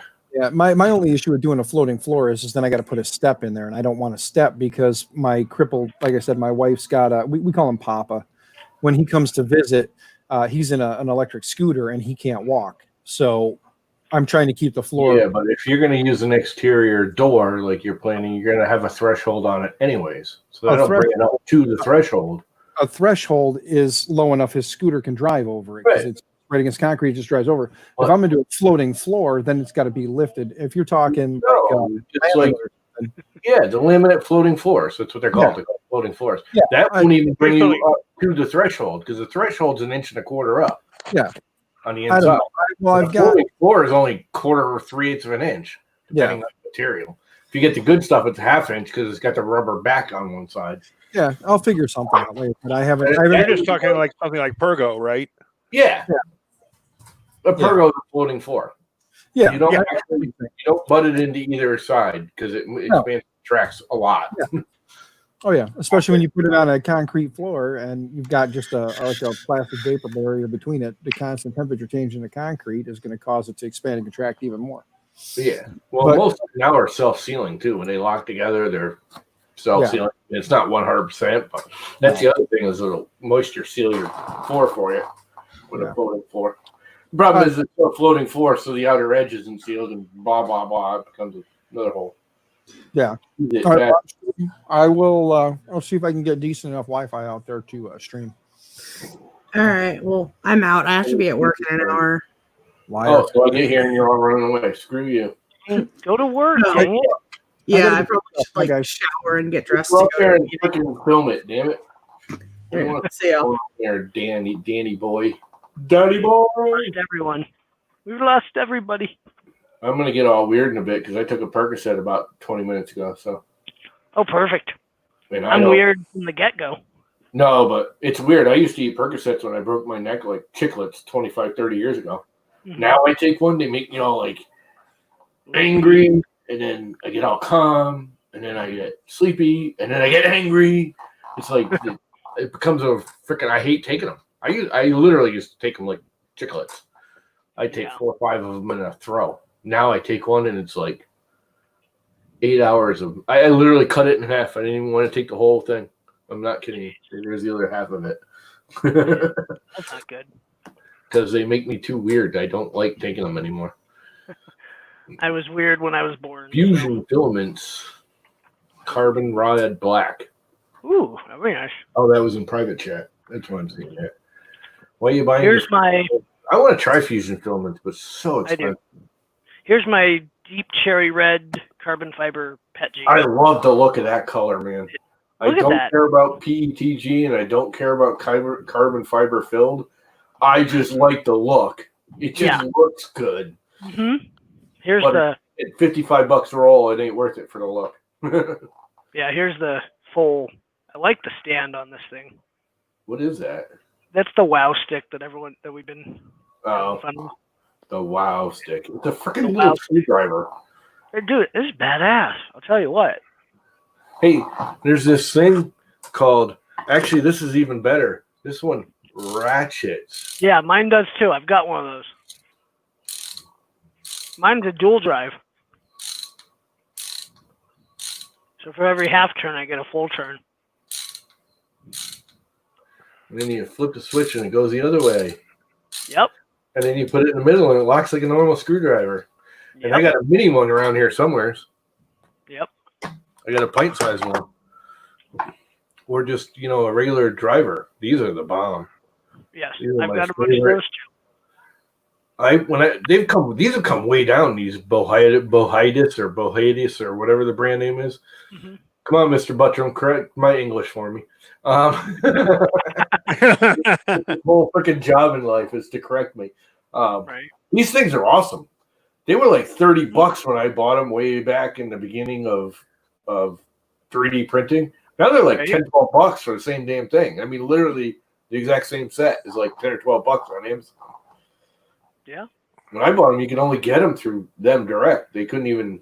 They were like Snap-on, is from what I understood. The only way I could find to get them, anyways. Mm-hmm. And they are the bomb. The only thing I will say is when they get too small, they make the little handles small too, and sometimes you can't, like, when you got fat broken fingers like I do, it's hard to twist this little bastard. Why have I not designed a 3D printed handle to go over this? I don't know. Now you have to. Now, why? Why have I not done this? Why did it just now occur to me? I have those days like, ooh, I can print that, but then I'm gonna go buy this.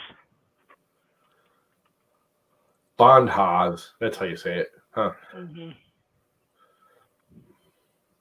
Yeah, they've been around for years, but they were hard to find when I first started doing 3D printing, at least in this area. The only way I could get them is mail order direct from them. Now they're like on Amazon and eBay, and I have a feeling half of them are knockoffs, but they are nice. I have beaten the crap out of them. I've had to replace this one a couple times. Mm-hmm.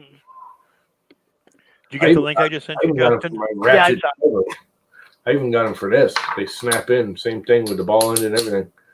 Somewhere around here. Well, I think they were the inventor of the ball end wrench. I think they were.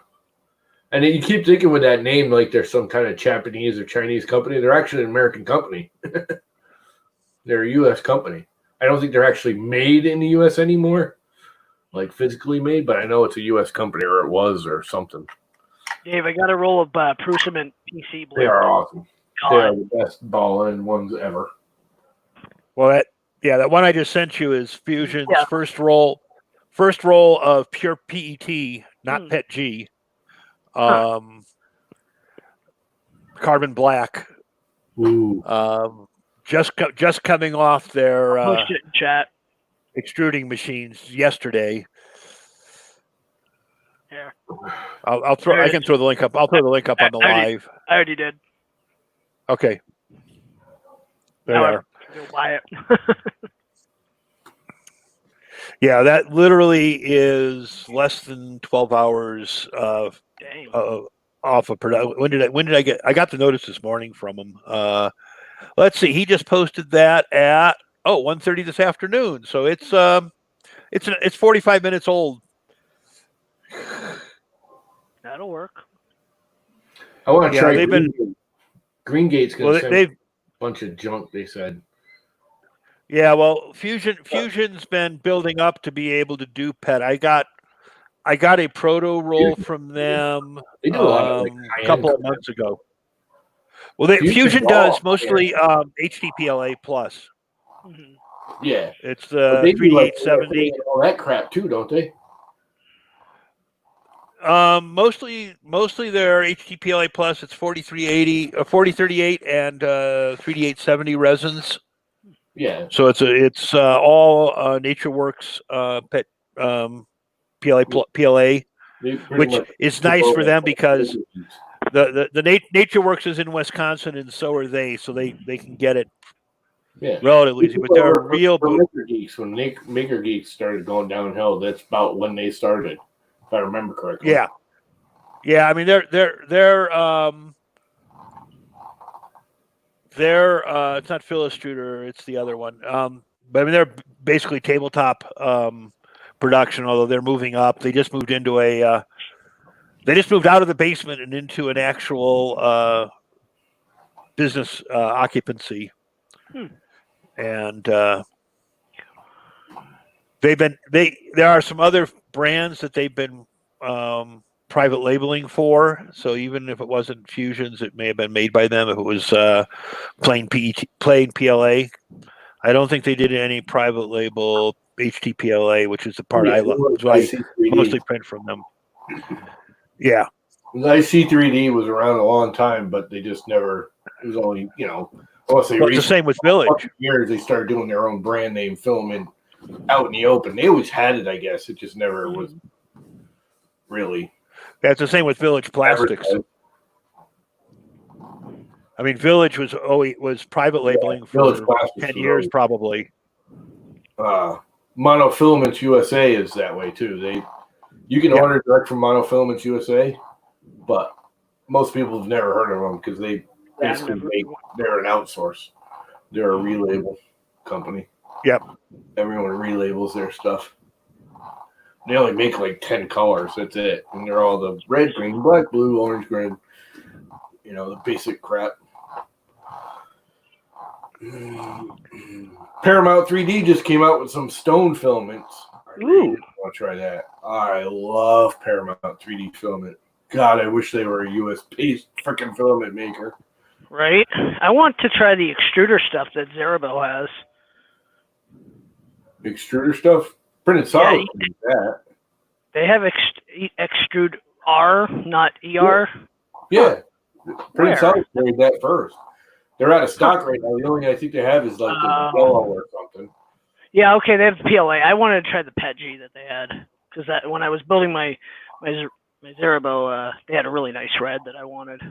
Then I forgot to order it. Yeah, Doug. You got the Medusa Slim. How is it? Is it because their pictures don't really show it well?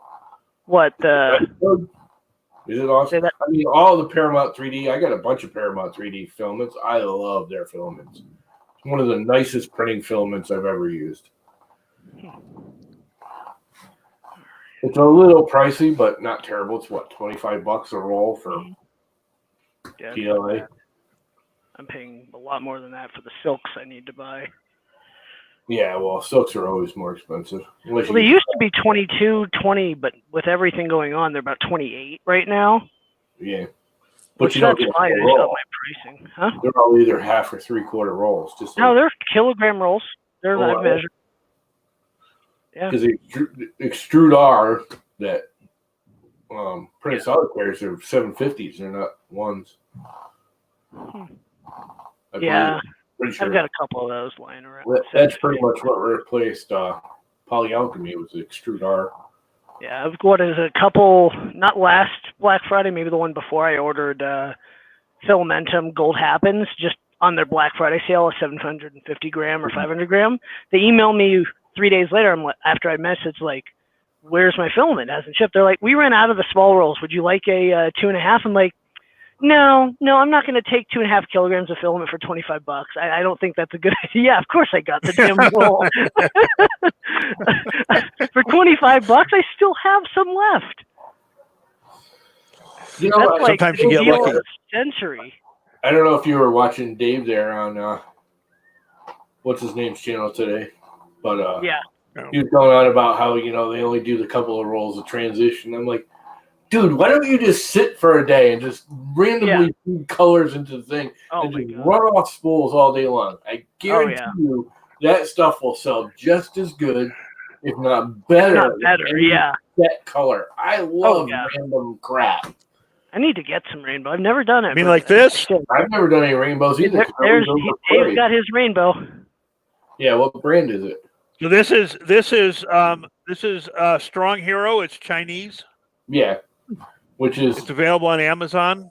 Yeah, Strong Hero is. I've had real good luck with it. ER1 or EOR. I call it EOR filament. Right. Yes, the dark cherry is awesome. But it's continuous.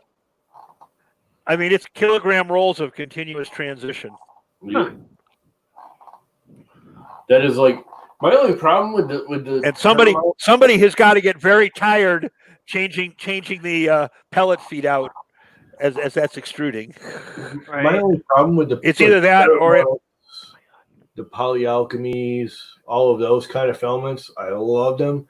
The problem is I never use them because I'm always like, I need something special for that because I don't want to just waste it.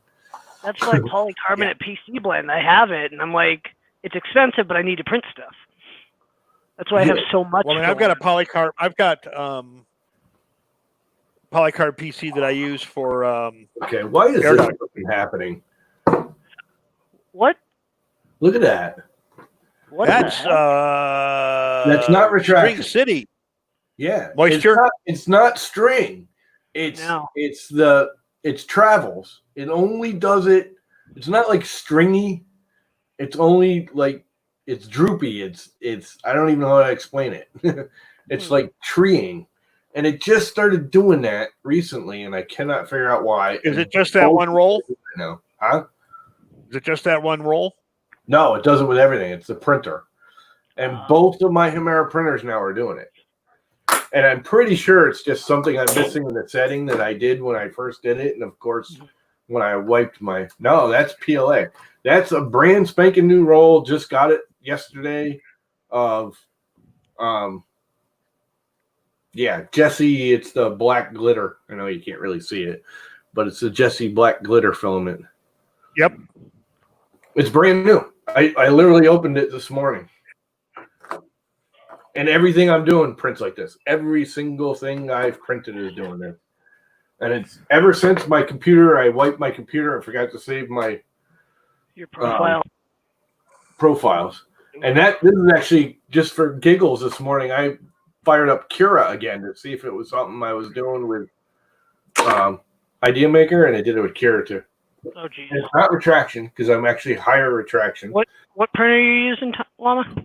It's either both of my Hemeras. It's on my Llama Core and on the modified ANET. Both Hemeras are doing it. And they never used to. I mean, they always strung a little bit because I'm using the big nozzles. I mean, this is a hot end moving? Huh? Is the hot end like slightly loose and moving? No, because then you get that black goop. True. I've been having that on this one for about a week now. I've hopefully finally fixed it on my 4th teardown. Hopefully. I almost never have that problem since I learned what it is because as long as you tighten your freaking hot end properly, heated. Done that too. I don't know. It just started doing it when I wiped my computer, but I don't even know why that even matters because it never did it no matter what. I've used Prusa Slicer before with all of these printers. I've used Cura. I've used Idea Maker. And it never, I mean, it always did a little bit because of the big nozzle, but not this freaking bad. Right. And no matter what I print with it, how I print, the settings, I've cranked the retraction up to like 2.5, which is stupid over the top for the Hemera. Oh, yeah. way high, yeah. Yeah.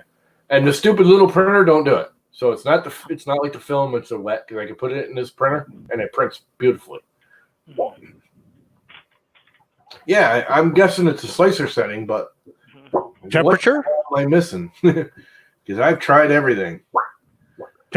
Weird temperature? Yeah, no, because I always run it like about 200, 205, 210 if it's cold. In the winter I'll run at 210. This time of year I run around 200, 205 because it's hot and nasty here. It just makes no sense.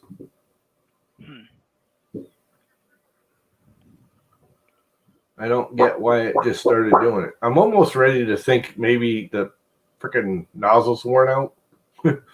Could be. Have you been running a lot of hard? Every nozzle is a hardened steel nozzle. All 3 of them. But have you been running a lot of abrasives in them? I've never run abrasives in any of them, except for that one. The little one I've run glow in the dark, which I bought 2 rolls. One of them I ran through like right away, and the other one I bought in like 2015, and I still have half of it. I mean that's one of the filaments that will kill a nozzle faster than anything. Yeah, but I run all hardened nozzles. Every one of these is a hardened nozzle of one sort or another. Both of the ones on Chimeras are, Micro Swiss, and this has got the E3D only because E3D handed the Nozzle X beta versions at ERC 2 years ago. They were handing them out, and I grabbed one. Nice.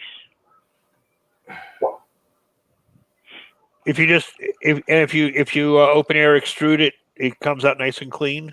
Yeah, just extruded and air. I rebuilt them, and there's just it's something stupid I'm missing in the slicer, and I just can't figure it out. But both Cura and Idea Maker, which are my 2 big ones, and Prusa Slicer. I tried Prusa Slicer last night and I think I threw it out. It was so bad. That was the worst one of all 3. Jeez. Oh, there's something I'm missing, and I don't know what it is. And it's not the retraction. It's not the travel speed. Your 2 biggies are usually 3 biggies: overtime, travel speed, retraction. Yeah, for the amount you're getting, I can't think of any. If it's not those 3, you got me stumped. That's freaking ridiculous. I'm sorry. You guys can't even see it. It's actually worse than it even looks. It's just, and it's not even really stringing. It's that I call it treeing, where it's just like the little limbs coming off of it.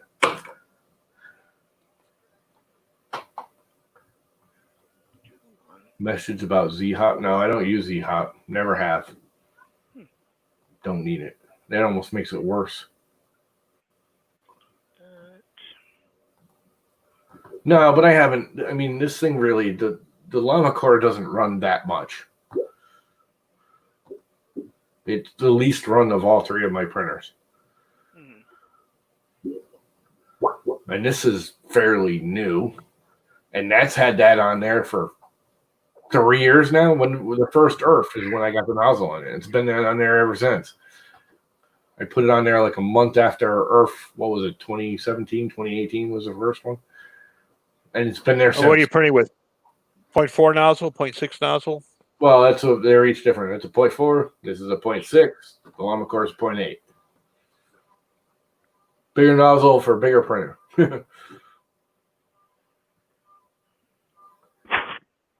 I don't know why. It's something stupid I'm missing in the slicer. It's got to be. I just can't remember what it is.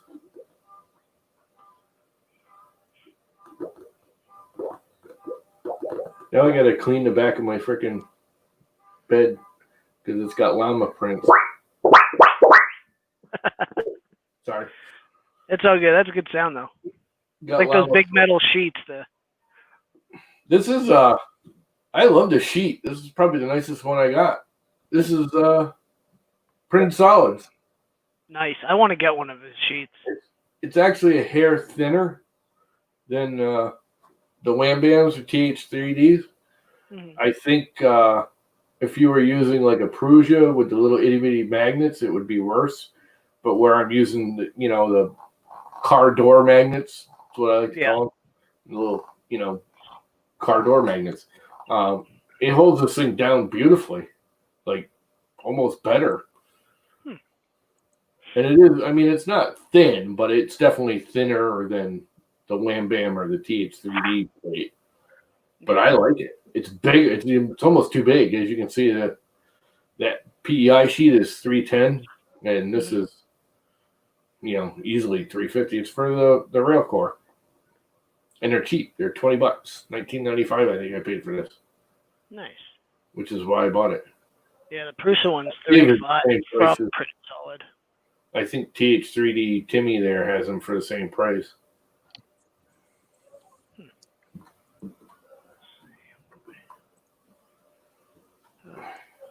And pretty soon, it's going to have a llama mat on it. Nice. I'll be right back.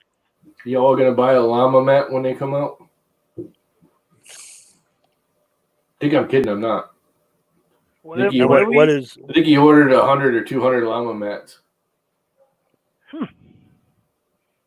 So TH3D is going to be carrying llama mats. Interesting. And what are you The TH3D claiming specials in it? Logo on it.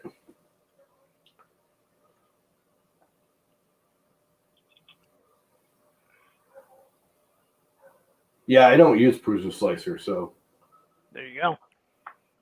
very seldom do I use Prusa Slicer. I used Idea Maker for makes me feel like I'm working in Windows 98 too much. Right. I used Idea Maker last night for that carbon fiber patchy print, the Chris's profile. Man, that's what came out so nice. I started using Idea Maker because of the support system, and now it smokes all the slicers as far as I'm concerned. It's got everything, everything Prusa came out with. Oh, custom supports. Oh, by the way, he's talking about the custom supports that won't be out for at least one more version. Oh, yeah. He's ordering it, his newest version is supposedly coming out next month sometime, either July or August, he said. And custom support system won't come out until the next one after that, which Idea Makers had them since the beginning of time. Yep. The ironing, they've all had ironing. The Idea Maker ironing, I don't use it because I don't care about it, but they've all done it. I still think Kira does the best ironing of them all. But they've all had it. The one thing I do that totally bombed me on Kira now, the only thing I used to use Kira for is Kira had the alternating shell. Mm-hmm. So if you put 3 shells and you turn on alternating shell, every other layer you'd get an extra shell line. So it interlocked your infill to your shell. Nice. Idea Maker brought that out with the newest version. Ooh, I'm gonna have to look at that. It looks just like Windows. I'm sorry. The build plate looks nice and new, but the minute you go into the settings, it looks exactly like going into Windows 98 freaking settings. I'm sorry. That basic plain hierarchical freaking window with a list of crap. There's nothing wrong with it. I mean, there's just nothing wrong with Prusa Slicer. It's fine, but I don't see any advantage of any of it over any of the other ones. Which setting is it for an Idea Maker for the? I never get to train the sports to work well. Idea Maker sports work so much better. Yeah, well, that's the setting for the perimeters where you have your infill locks in. I'm trying to find that. For what? You were saying something about alternating. How many? You have to turn it on in Kira. It's alternating shell or alternating. Like everything with Kira, you got to click the little button to get it to come up. We lost Dave. His internet must have gone down. But now with Idea Maker, all you do is put in 0.5. So if you want shells, if you want 2 shells, you put in 2.5, and it automatically alternated every layer. Whoa! I gotta look at this. So if you want 3 shells, but you want it to alternate, you put 3.5, and it'll alternate 3 and 4 every layer. I gotta look at this. That's insane. So you get a lot. Yeah, you lock your. That's the only reason I was still using Kira over Idea Maker at all anymore was for that. God, that is so freaking cool. Holy crap, dude! And you literally just type into your shell count. You type in. You gotta have the latest version. Yeah, I'm looking. I'm on the newest version. But dude, you have to have the beta. Excuse me. It's only in beta. It's working. I'm in 3.53. It's there. It's working. Yeah. Yep. Oh, that's so freaking. Is the beta, isn't it? I don't know. I downloaded whatever was recent. Dude, that is just nuts. Oh, I gotta find something large to print in. 3.6 is the beta. Yeah, I'm running 3.53. It's on there. 3.53. Does it do it with 3.53? It's doing it for me. Only in the beta. They might have just put it into it. Oh, yeah, I mean, that's freaking holy. I'm excited now. Ironing has been in there forever. I can do that too. All the ability to do which Kira's had too. All the ability to do like acceleration and it's kind of like simplified 3D, but code instead of having to worry about it in your firmware.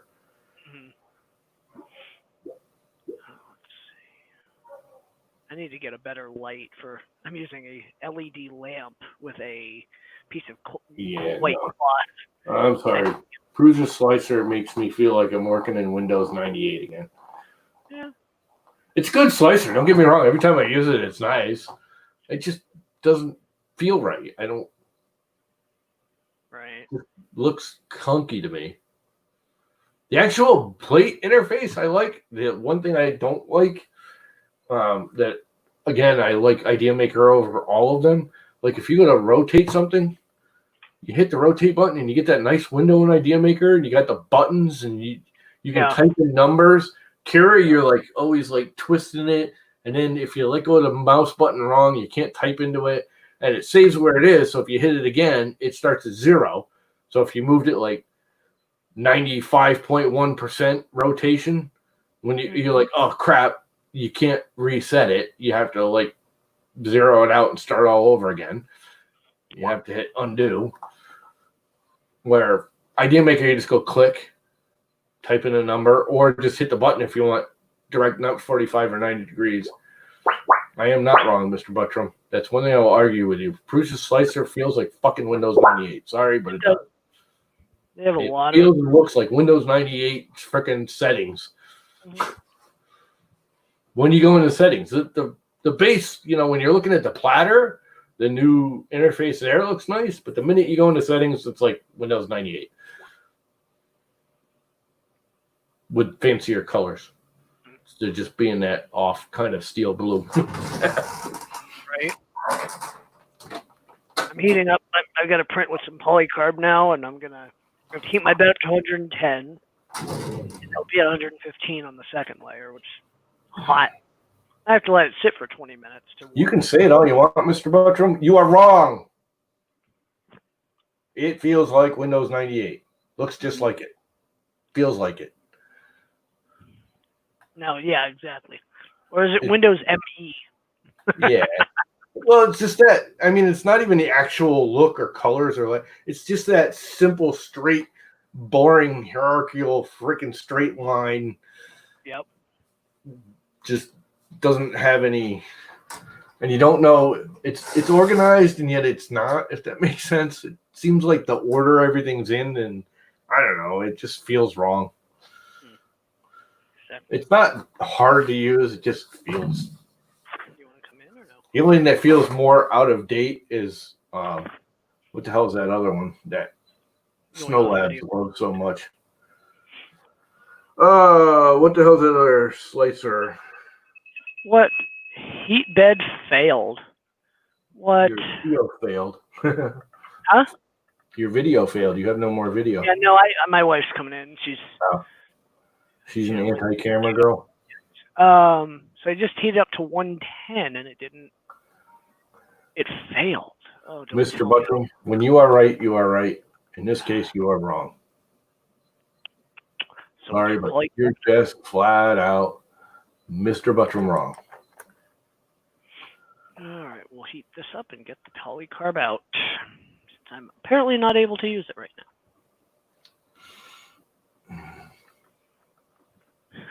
And I hate this. I hate the supports on Prusa Slicer. They suck. I agree with that. They're worse than Kira's. At least with Kira's, they like. I don't know. I shouldn't say that. They come off easier. Kiss Slicer, yeah, that's the antique. That's even more antique. Yeah, that's like working with Windows 3.1. Right. I think that's what the buttons and everything are modeled after is Windows. DOS. I remember DOS. I do too. I remember DOS and ProDOS. What the hell, do you know what the difference is? I don't know the difference on those. I just know I used DOS when I was younger. ProDOS is the Apple version. Okay. That's what we call terminal nowadays. Yeah. Well, that's Linux. That's different. Yeah. ProDOS was Apple's disk operating system, and DOS was Windows disk or Microsoft's disk operating system. Right. Because Apple was the pro version of disk operating system back then. Now it's kind of iffy. Yeah. I'm almost ready to convert back to Windows. I have my Mac here I bought in 2013. That's what I'm streaming on. I have my custom built PC with 3 monitors. Yeah. I wanted for 4K, and I didn't like Windows for a long time, and Windows 10 has its perks, has its disadvantages. Yeah. I do like my Mac some days too. I still prefer Mac OS. It's just the hardware is so behind. Yes. You're paying more money for something that's behind in data. And everything, yeah. Data. They're 2 to 3 years behind the times. i3s. Yeah. Yeah, they're 2 to 3 years behind the times. That's why this 4 Mac to 5 years ahead in pricing. Yeah, this Mac I'm using is a 2013 original Retina. I ordered it the day they released it. The original Retina, 7 years, almost to the day at this point. I gotta look.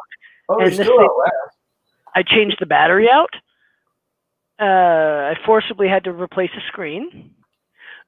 Long story there. I'm guessing that was your own damn fault.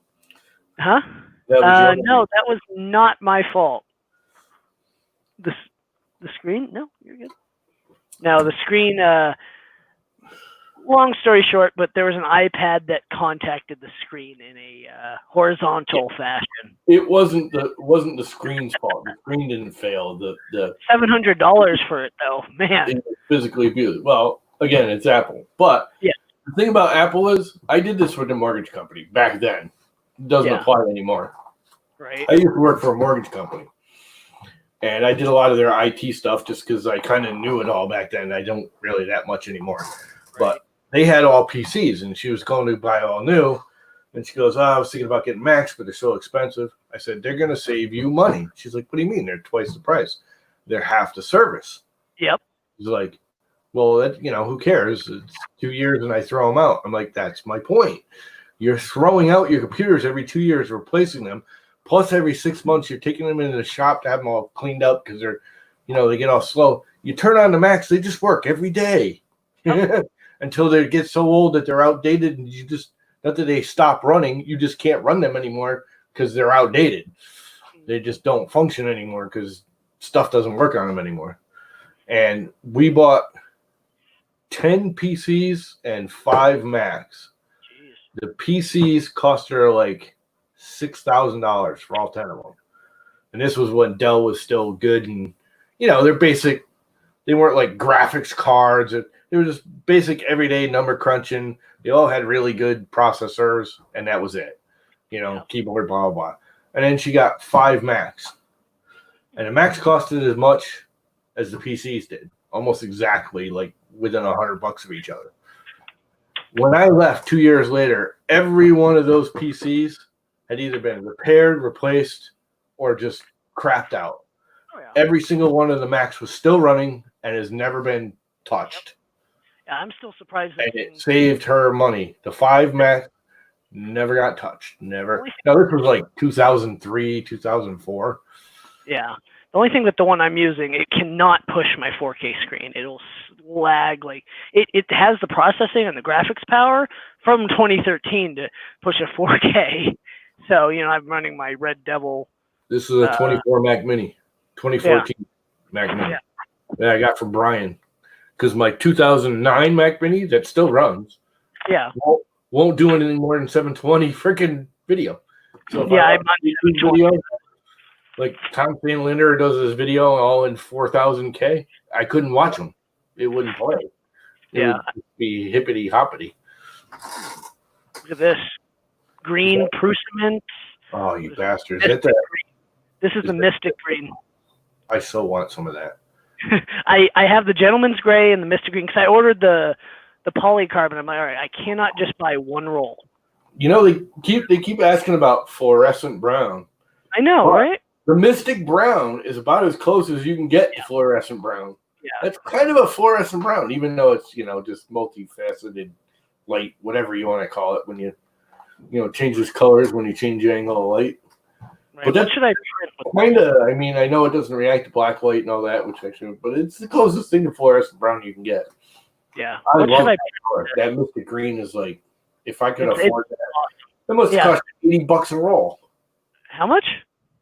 It's about $79-$80 a roll by the time you pay for shipping and everything. Well, yeah, but then you order more than one thing if you have a Prusa.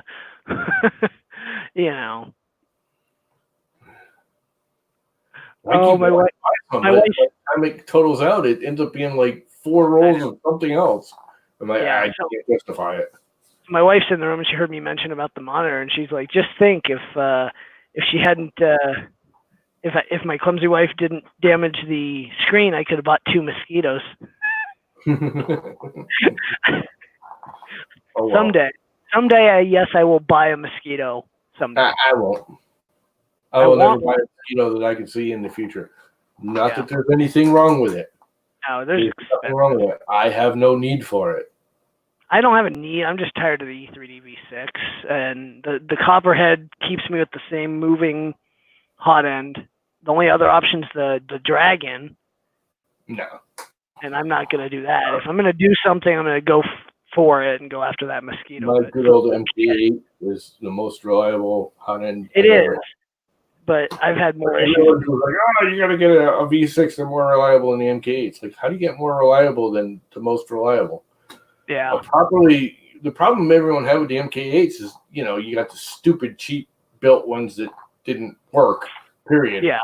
They were just poorly made, and that was the problem. A properly designed and built MK8 direct drive hot end, it's just fine for, PLA and some PETG. If you're doing polycarbonates and nylons, yeah, you need a mosquito or a V6 all metal hot end, blah, blah, blah, blah, blah. Yep. But for everyday PLA and casual PETG, a good old fashioned MK8 is fine. Yeah. Direct Except drive on I mean, in all reality, that's all the Creality ones are MK8s turned into Bowden. Yeah. Well, what's the Creality CRX have? It's got that dual in. What the heck is it? I have no idea. Yeah, I have a maker that cannot find socks for it because its temperature's fluctuating way too much, and we've been trying to find a sock. Creality won't even tell us, and we're just like, what do you mean? Well, the CRX, look up the Creality CRX. It's a dual in, single out. Why does the temperature have anything to do with a sock? Because he's using his cooling fan because he's printing PLA, and the temperature's fluctuating more. So he's got the fan blowing on the heat block too much then. And we've had him run it with no fan and PID tuned. Change out his heater, his thermistor, all that. He even put a new hot end in. It's just having that sock keeps it a little more stable. Oh, I use the sock because it stabilizes the temperature. Yep. That's what he's looking for, because without it, he can't print reliably. What you do, and I've done this, is you make your own. I was thinking about that. Do the mold. I've done it. It's fine. You model and 3D print one. Yep. An actual block with the nozzle and everything. Then you make a case around it, 3D print it. Then you fill the whole thing with Vaseline. You take this crap right here and you mix it in water with your fingers. Usually smart if you use a rubber glove. And then just pack it in there and let it sit for 24 hours. Pop it out. And it works fine. But do I even have one of my... I don't think I have one of my made ones anymore. Because it's just so easy to just buy them. Is that a made one? Nope, that was a bought one. But this stuff works great. You do have to get this brown, orangey, 5 million degree temperature stuff. This is like $8 a tube, not the $2 a tube gasket sealer. Well, yeah, especially if you're looking at a 500 degree hot end and burn your finger. But I've done. That's why I still have the tube. I've actually been thinking about taking this since I'm not making my own anymore, and squirting it on the bottom of the bed for a bed insulator. Not a bad idea. Oh, I got to figure out what to print in this. You can just wrap it in Krapton tape. Yeah, Krapton tape. Yeah, he had it in there, and then he bought more, and he couldn't get it readhered. What should I print with this Mystic Green? Any thoughts? Green. Yeah, I know. You know what's really good, and I know everyone's done it with that Mystic Green, but Aria Dragon looks really cool in the Mystic Green. Yeah, I would take up half the roll, but that's not a bad idea. You don't have to do it 5,000 times size. The thing's here's only my- 4 inches tall in its normal size. Here's my so when Protoplasta did their like limited runs, here's Yeah. the Garrett's Chaos Red. Oh, I wanted some of that. I bought a roll. I still have half a roll because I have to be careful with what I print. I hate when they make those limited colors like that are so good. Know. Like, you know that's a color that'll keep selling. Why not keep making it? Look at that. Why are you not making that? I know. It's better than any color they have in stock right now. Oh yeah. And then my top favorite print before I sold my MMU, the black and white marble print. Yeah. Freaking Easter Island head badassery. That's the Aria Dragon, ain't it? Wasn't that? Yeah, it's Ada Linda with mouth closed. Yeah. Not the singing serpent, because she's got 2 of them that she did. So now that Ada that Linda. Easter Island head, this was my waist block. Yeah, that's why. That's why I sold the MMU, because I was tired of wasting filament. Yeah, I just don't have a purpose for multi-printing. I want to eventually get a palette and go for random colors. Then you don't have to get run out the rolls. You just make your own. What are you sending me, Mr. Buttram? Perfect. You were supposed to send me some stickers and something else long time ago. You're too damn lazy. And that's a way to encourage them. Call them lazy. Yeah, that'll do it. That'll work well. That'll get him off his ass. Right. All right, you convinced me to print. Or more likely it would be like, screw that idiot. Call me. Go to hell. Oh crap! So, my knees are absolutely throbbing. Oof. It's not good. I haven't taken like any kind of serious drugs in like months for my knees, and I just had to today. Oh, I bet. They are just throbbing unbelievably. You know me, always losing something. I'm about ready to go join Jordan and just say, you know what, just chop the damn things off. Right. I'm no matter what, I will lose something in this office. I'll put it down and it'll disappear. Yeah, I know that feeling. It's annoying as hell. Stuff sitting right in front of me and I can't find it. Yeah. Oh, right. The nose gets right. It's the nose.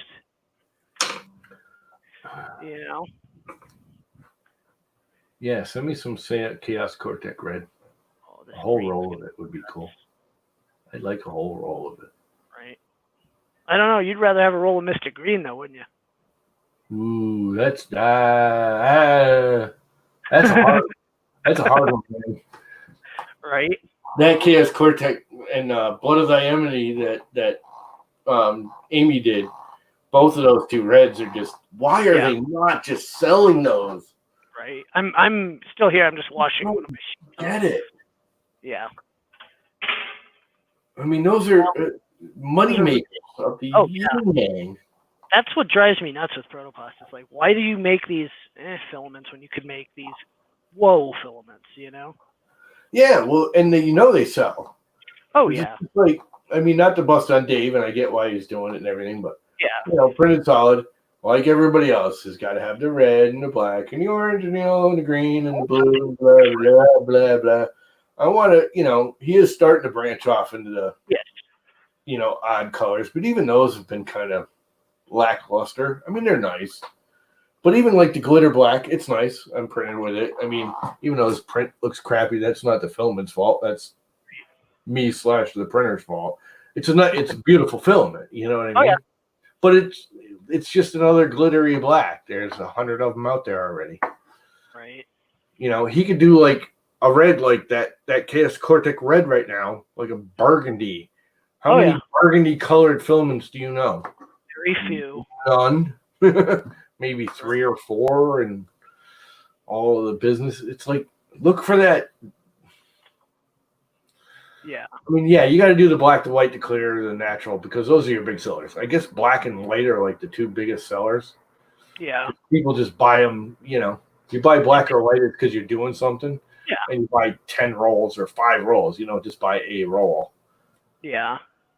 You know, the Mystic Orange is gorgeous. Mystery Orange. Oh yeah. His Moonlight Blue or whatever that I got there. That's what got me on him, is winning that roll. Right. That's gorgeous. The rest of them are all kind of.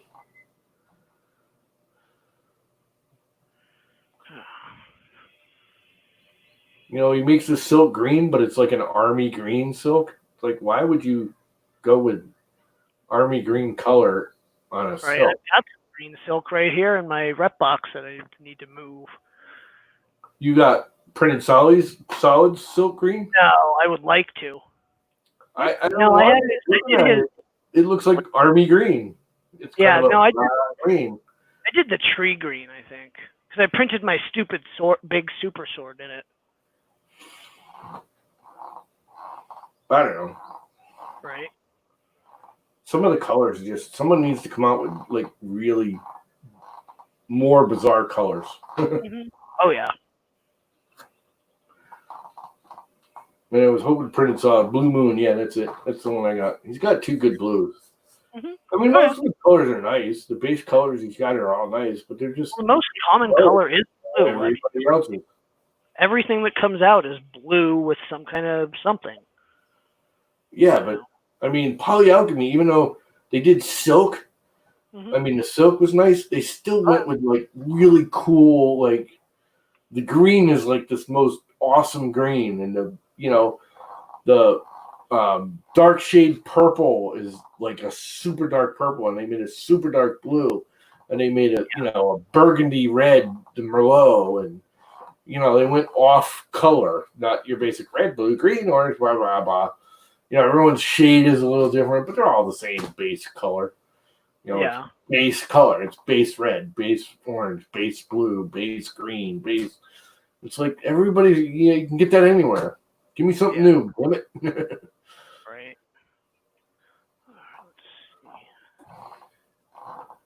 I mean, the glitter black is beautiful. I gotta say, I really like that, and I will buy that again. But again, there's 10 or 20 other brands doing glitter black. It's nothing new. Right. I mean, the stones are starting to get to be old. They've been around. Everybody's done a sandstone and a granite and a 50% Adelinda. You like burgundies and deep blues and forest greens, and that's why I love Paramount 3D. I mean, not only is their filming good, I love their filming, but their colors are freaking awesome. Love their colors. Yeah, send me some stuff, Buttram. I want some Chaos Cortec Red. Right.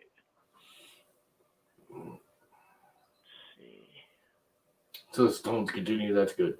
That was funny. Yeah.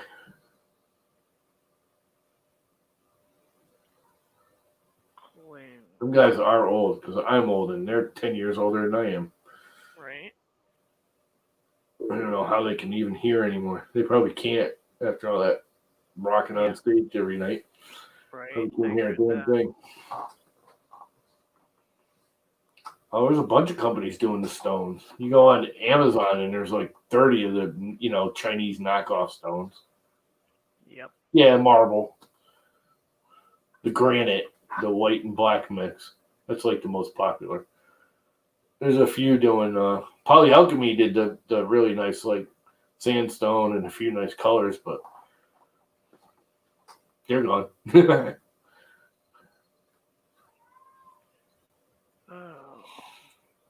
So I'm printing a 50% Adelinda, 0.15 layer height. I got what was the stone I got? I had a stone for a while. I actually ended up sending it to Wiley back in the beginning. It's only 2 hours and 34 minutes. Zero or Zyro or something like that. They had like a stony, granity, marbly, whatever you want to call it. I might print them at 100%. Because at the 50% it's only 2.5 hour print. I'm like, okay, come on, give me something printing. I mean, it's on the Zerba. I could go huge if I do it. Let's see how big it'll let me go.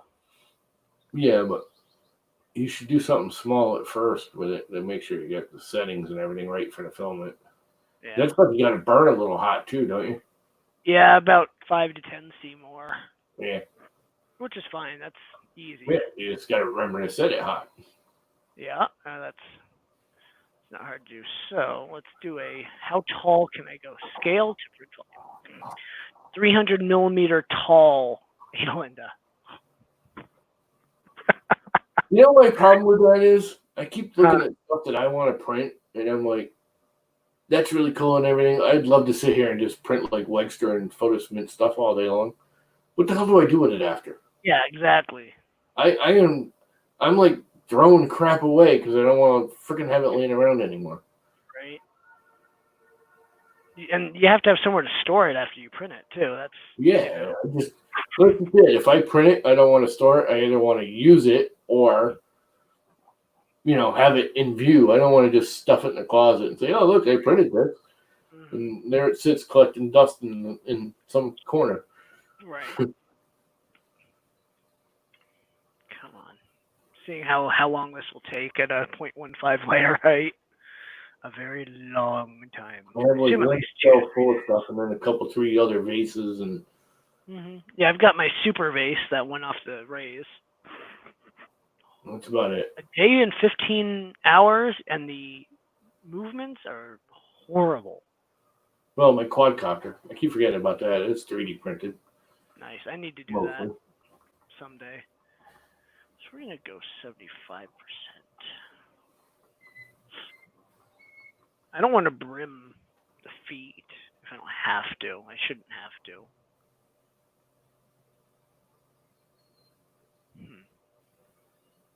5 hours. That should be good enough. It's 3.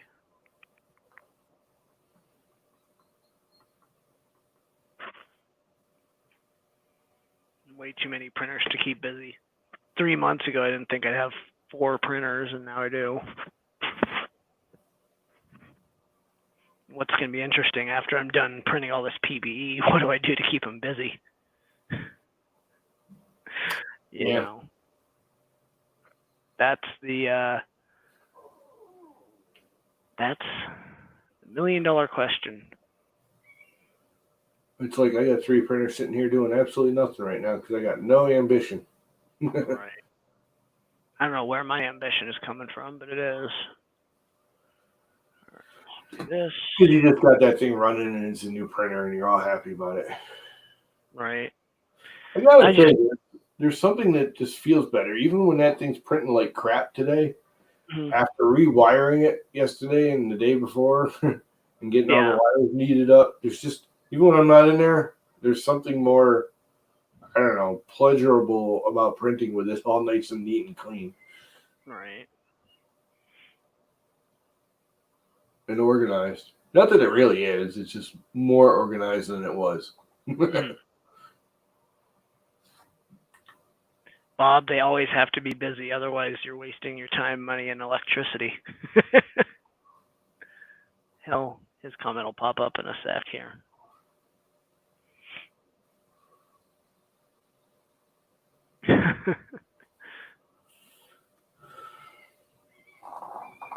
Yeah, they need a break now and again too. Matter of fact, I think I'm gonna just shut it off because there's no point in running the fans. Right. I wish frickin' IKEA would allow shipping. I could get these 2 other lac tables in my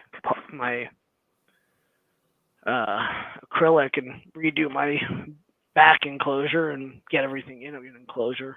I mean, $150 for 2 enclosures. Parker said starting to I'm getting all droopy like. Right. You'll be asleep like Dave was last night. Oh no, I get droopy, but I do not fall asleep. They actually make me jittery. I can't sleep on them. Ooh. They make me all nervous. That's why I don't like taking them no more. Never used to bother me when I was younger. Yeah. Now it drives me freaking crazy. I think I OD'd on them a few too many times. Right. That's not good.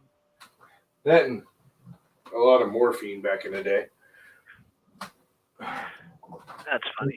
It kind of counters any other painkiller ever. Mm-hmm. Anyway, I have some stuff I got to do. Maybe I'll come back in a bit, but I got to go deal with Mom.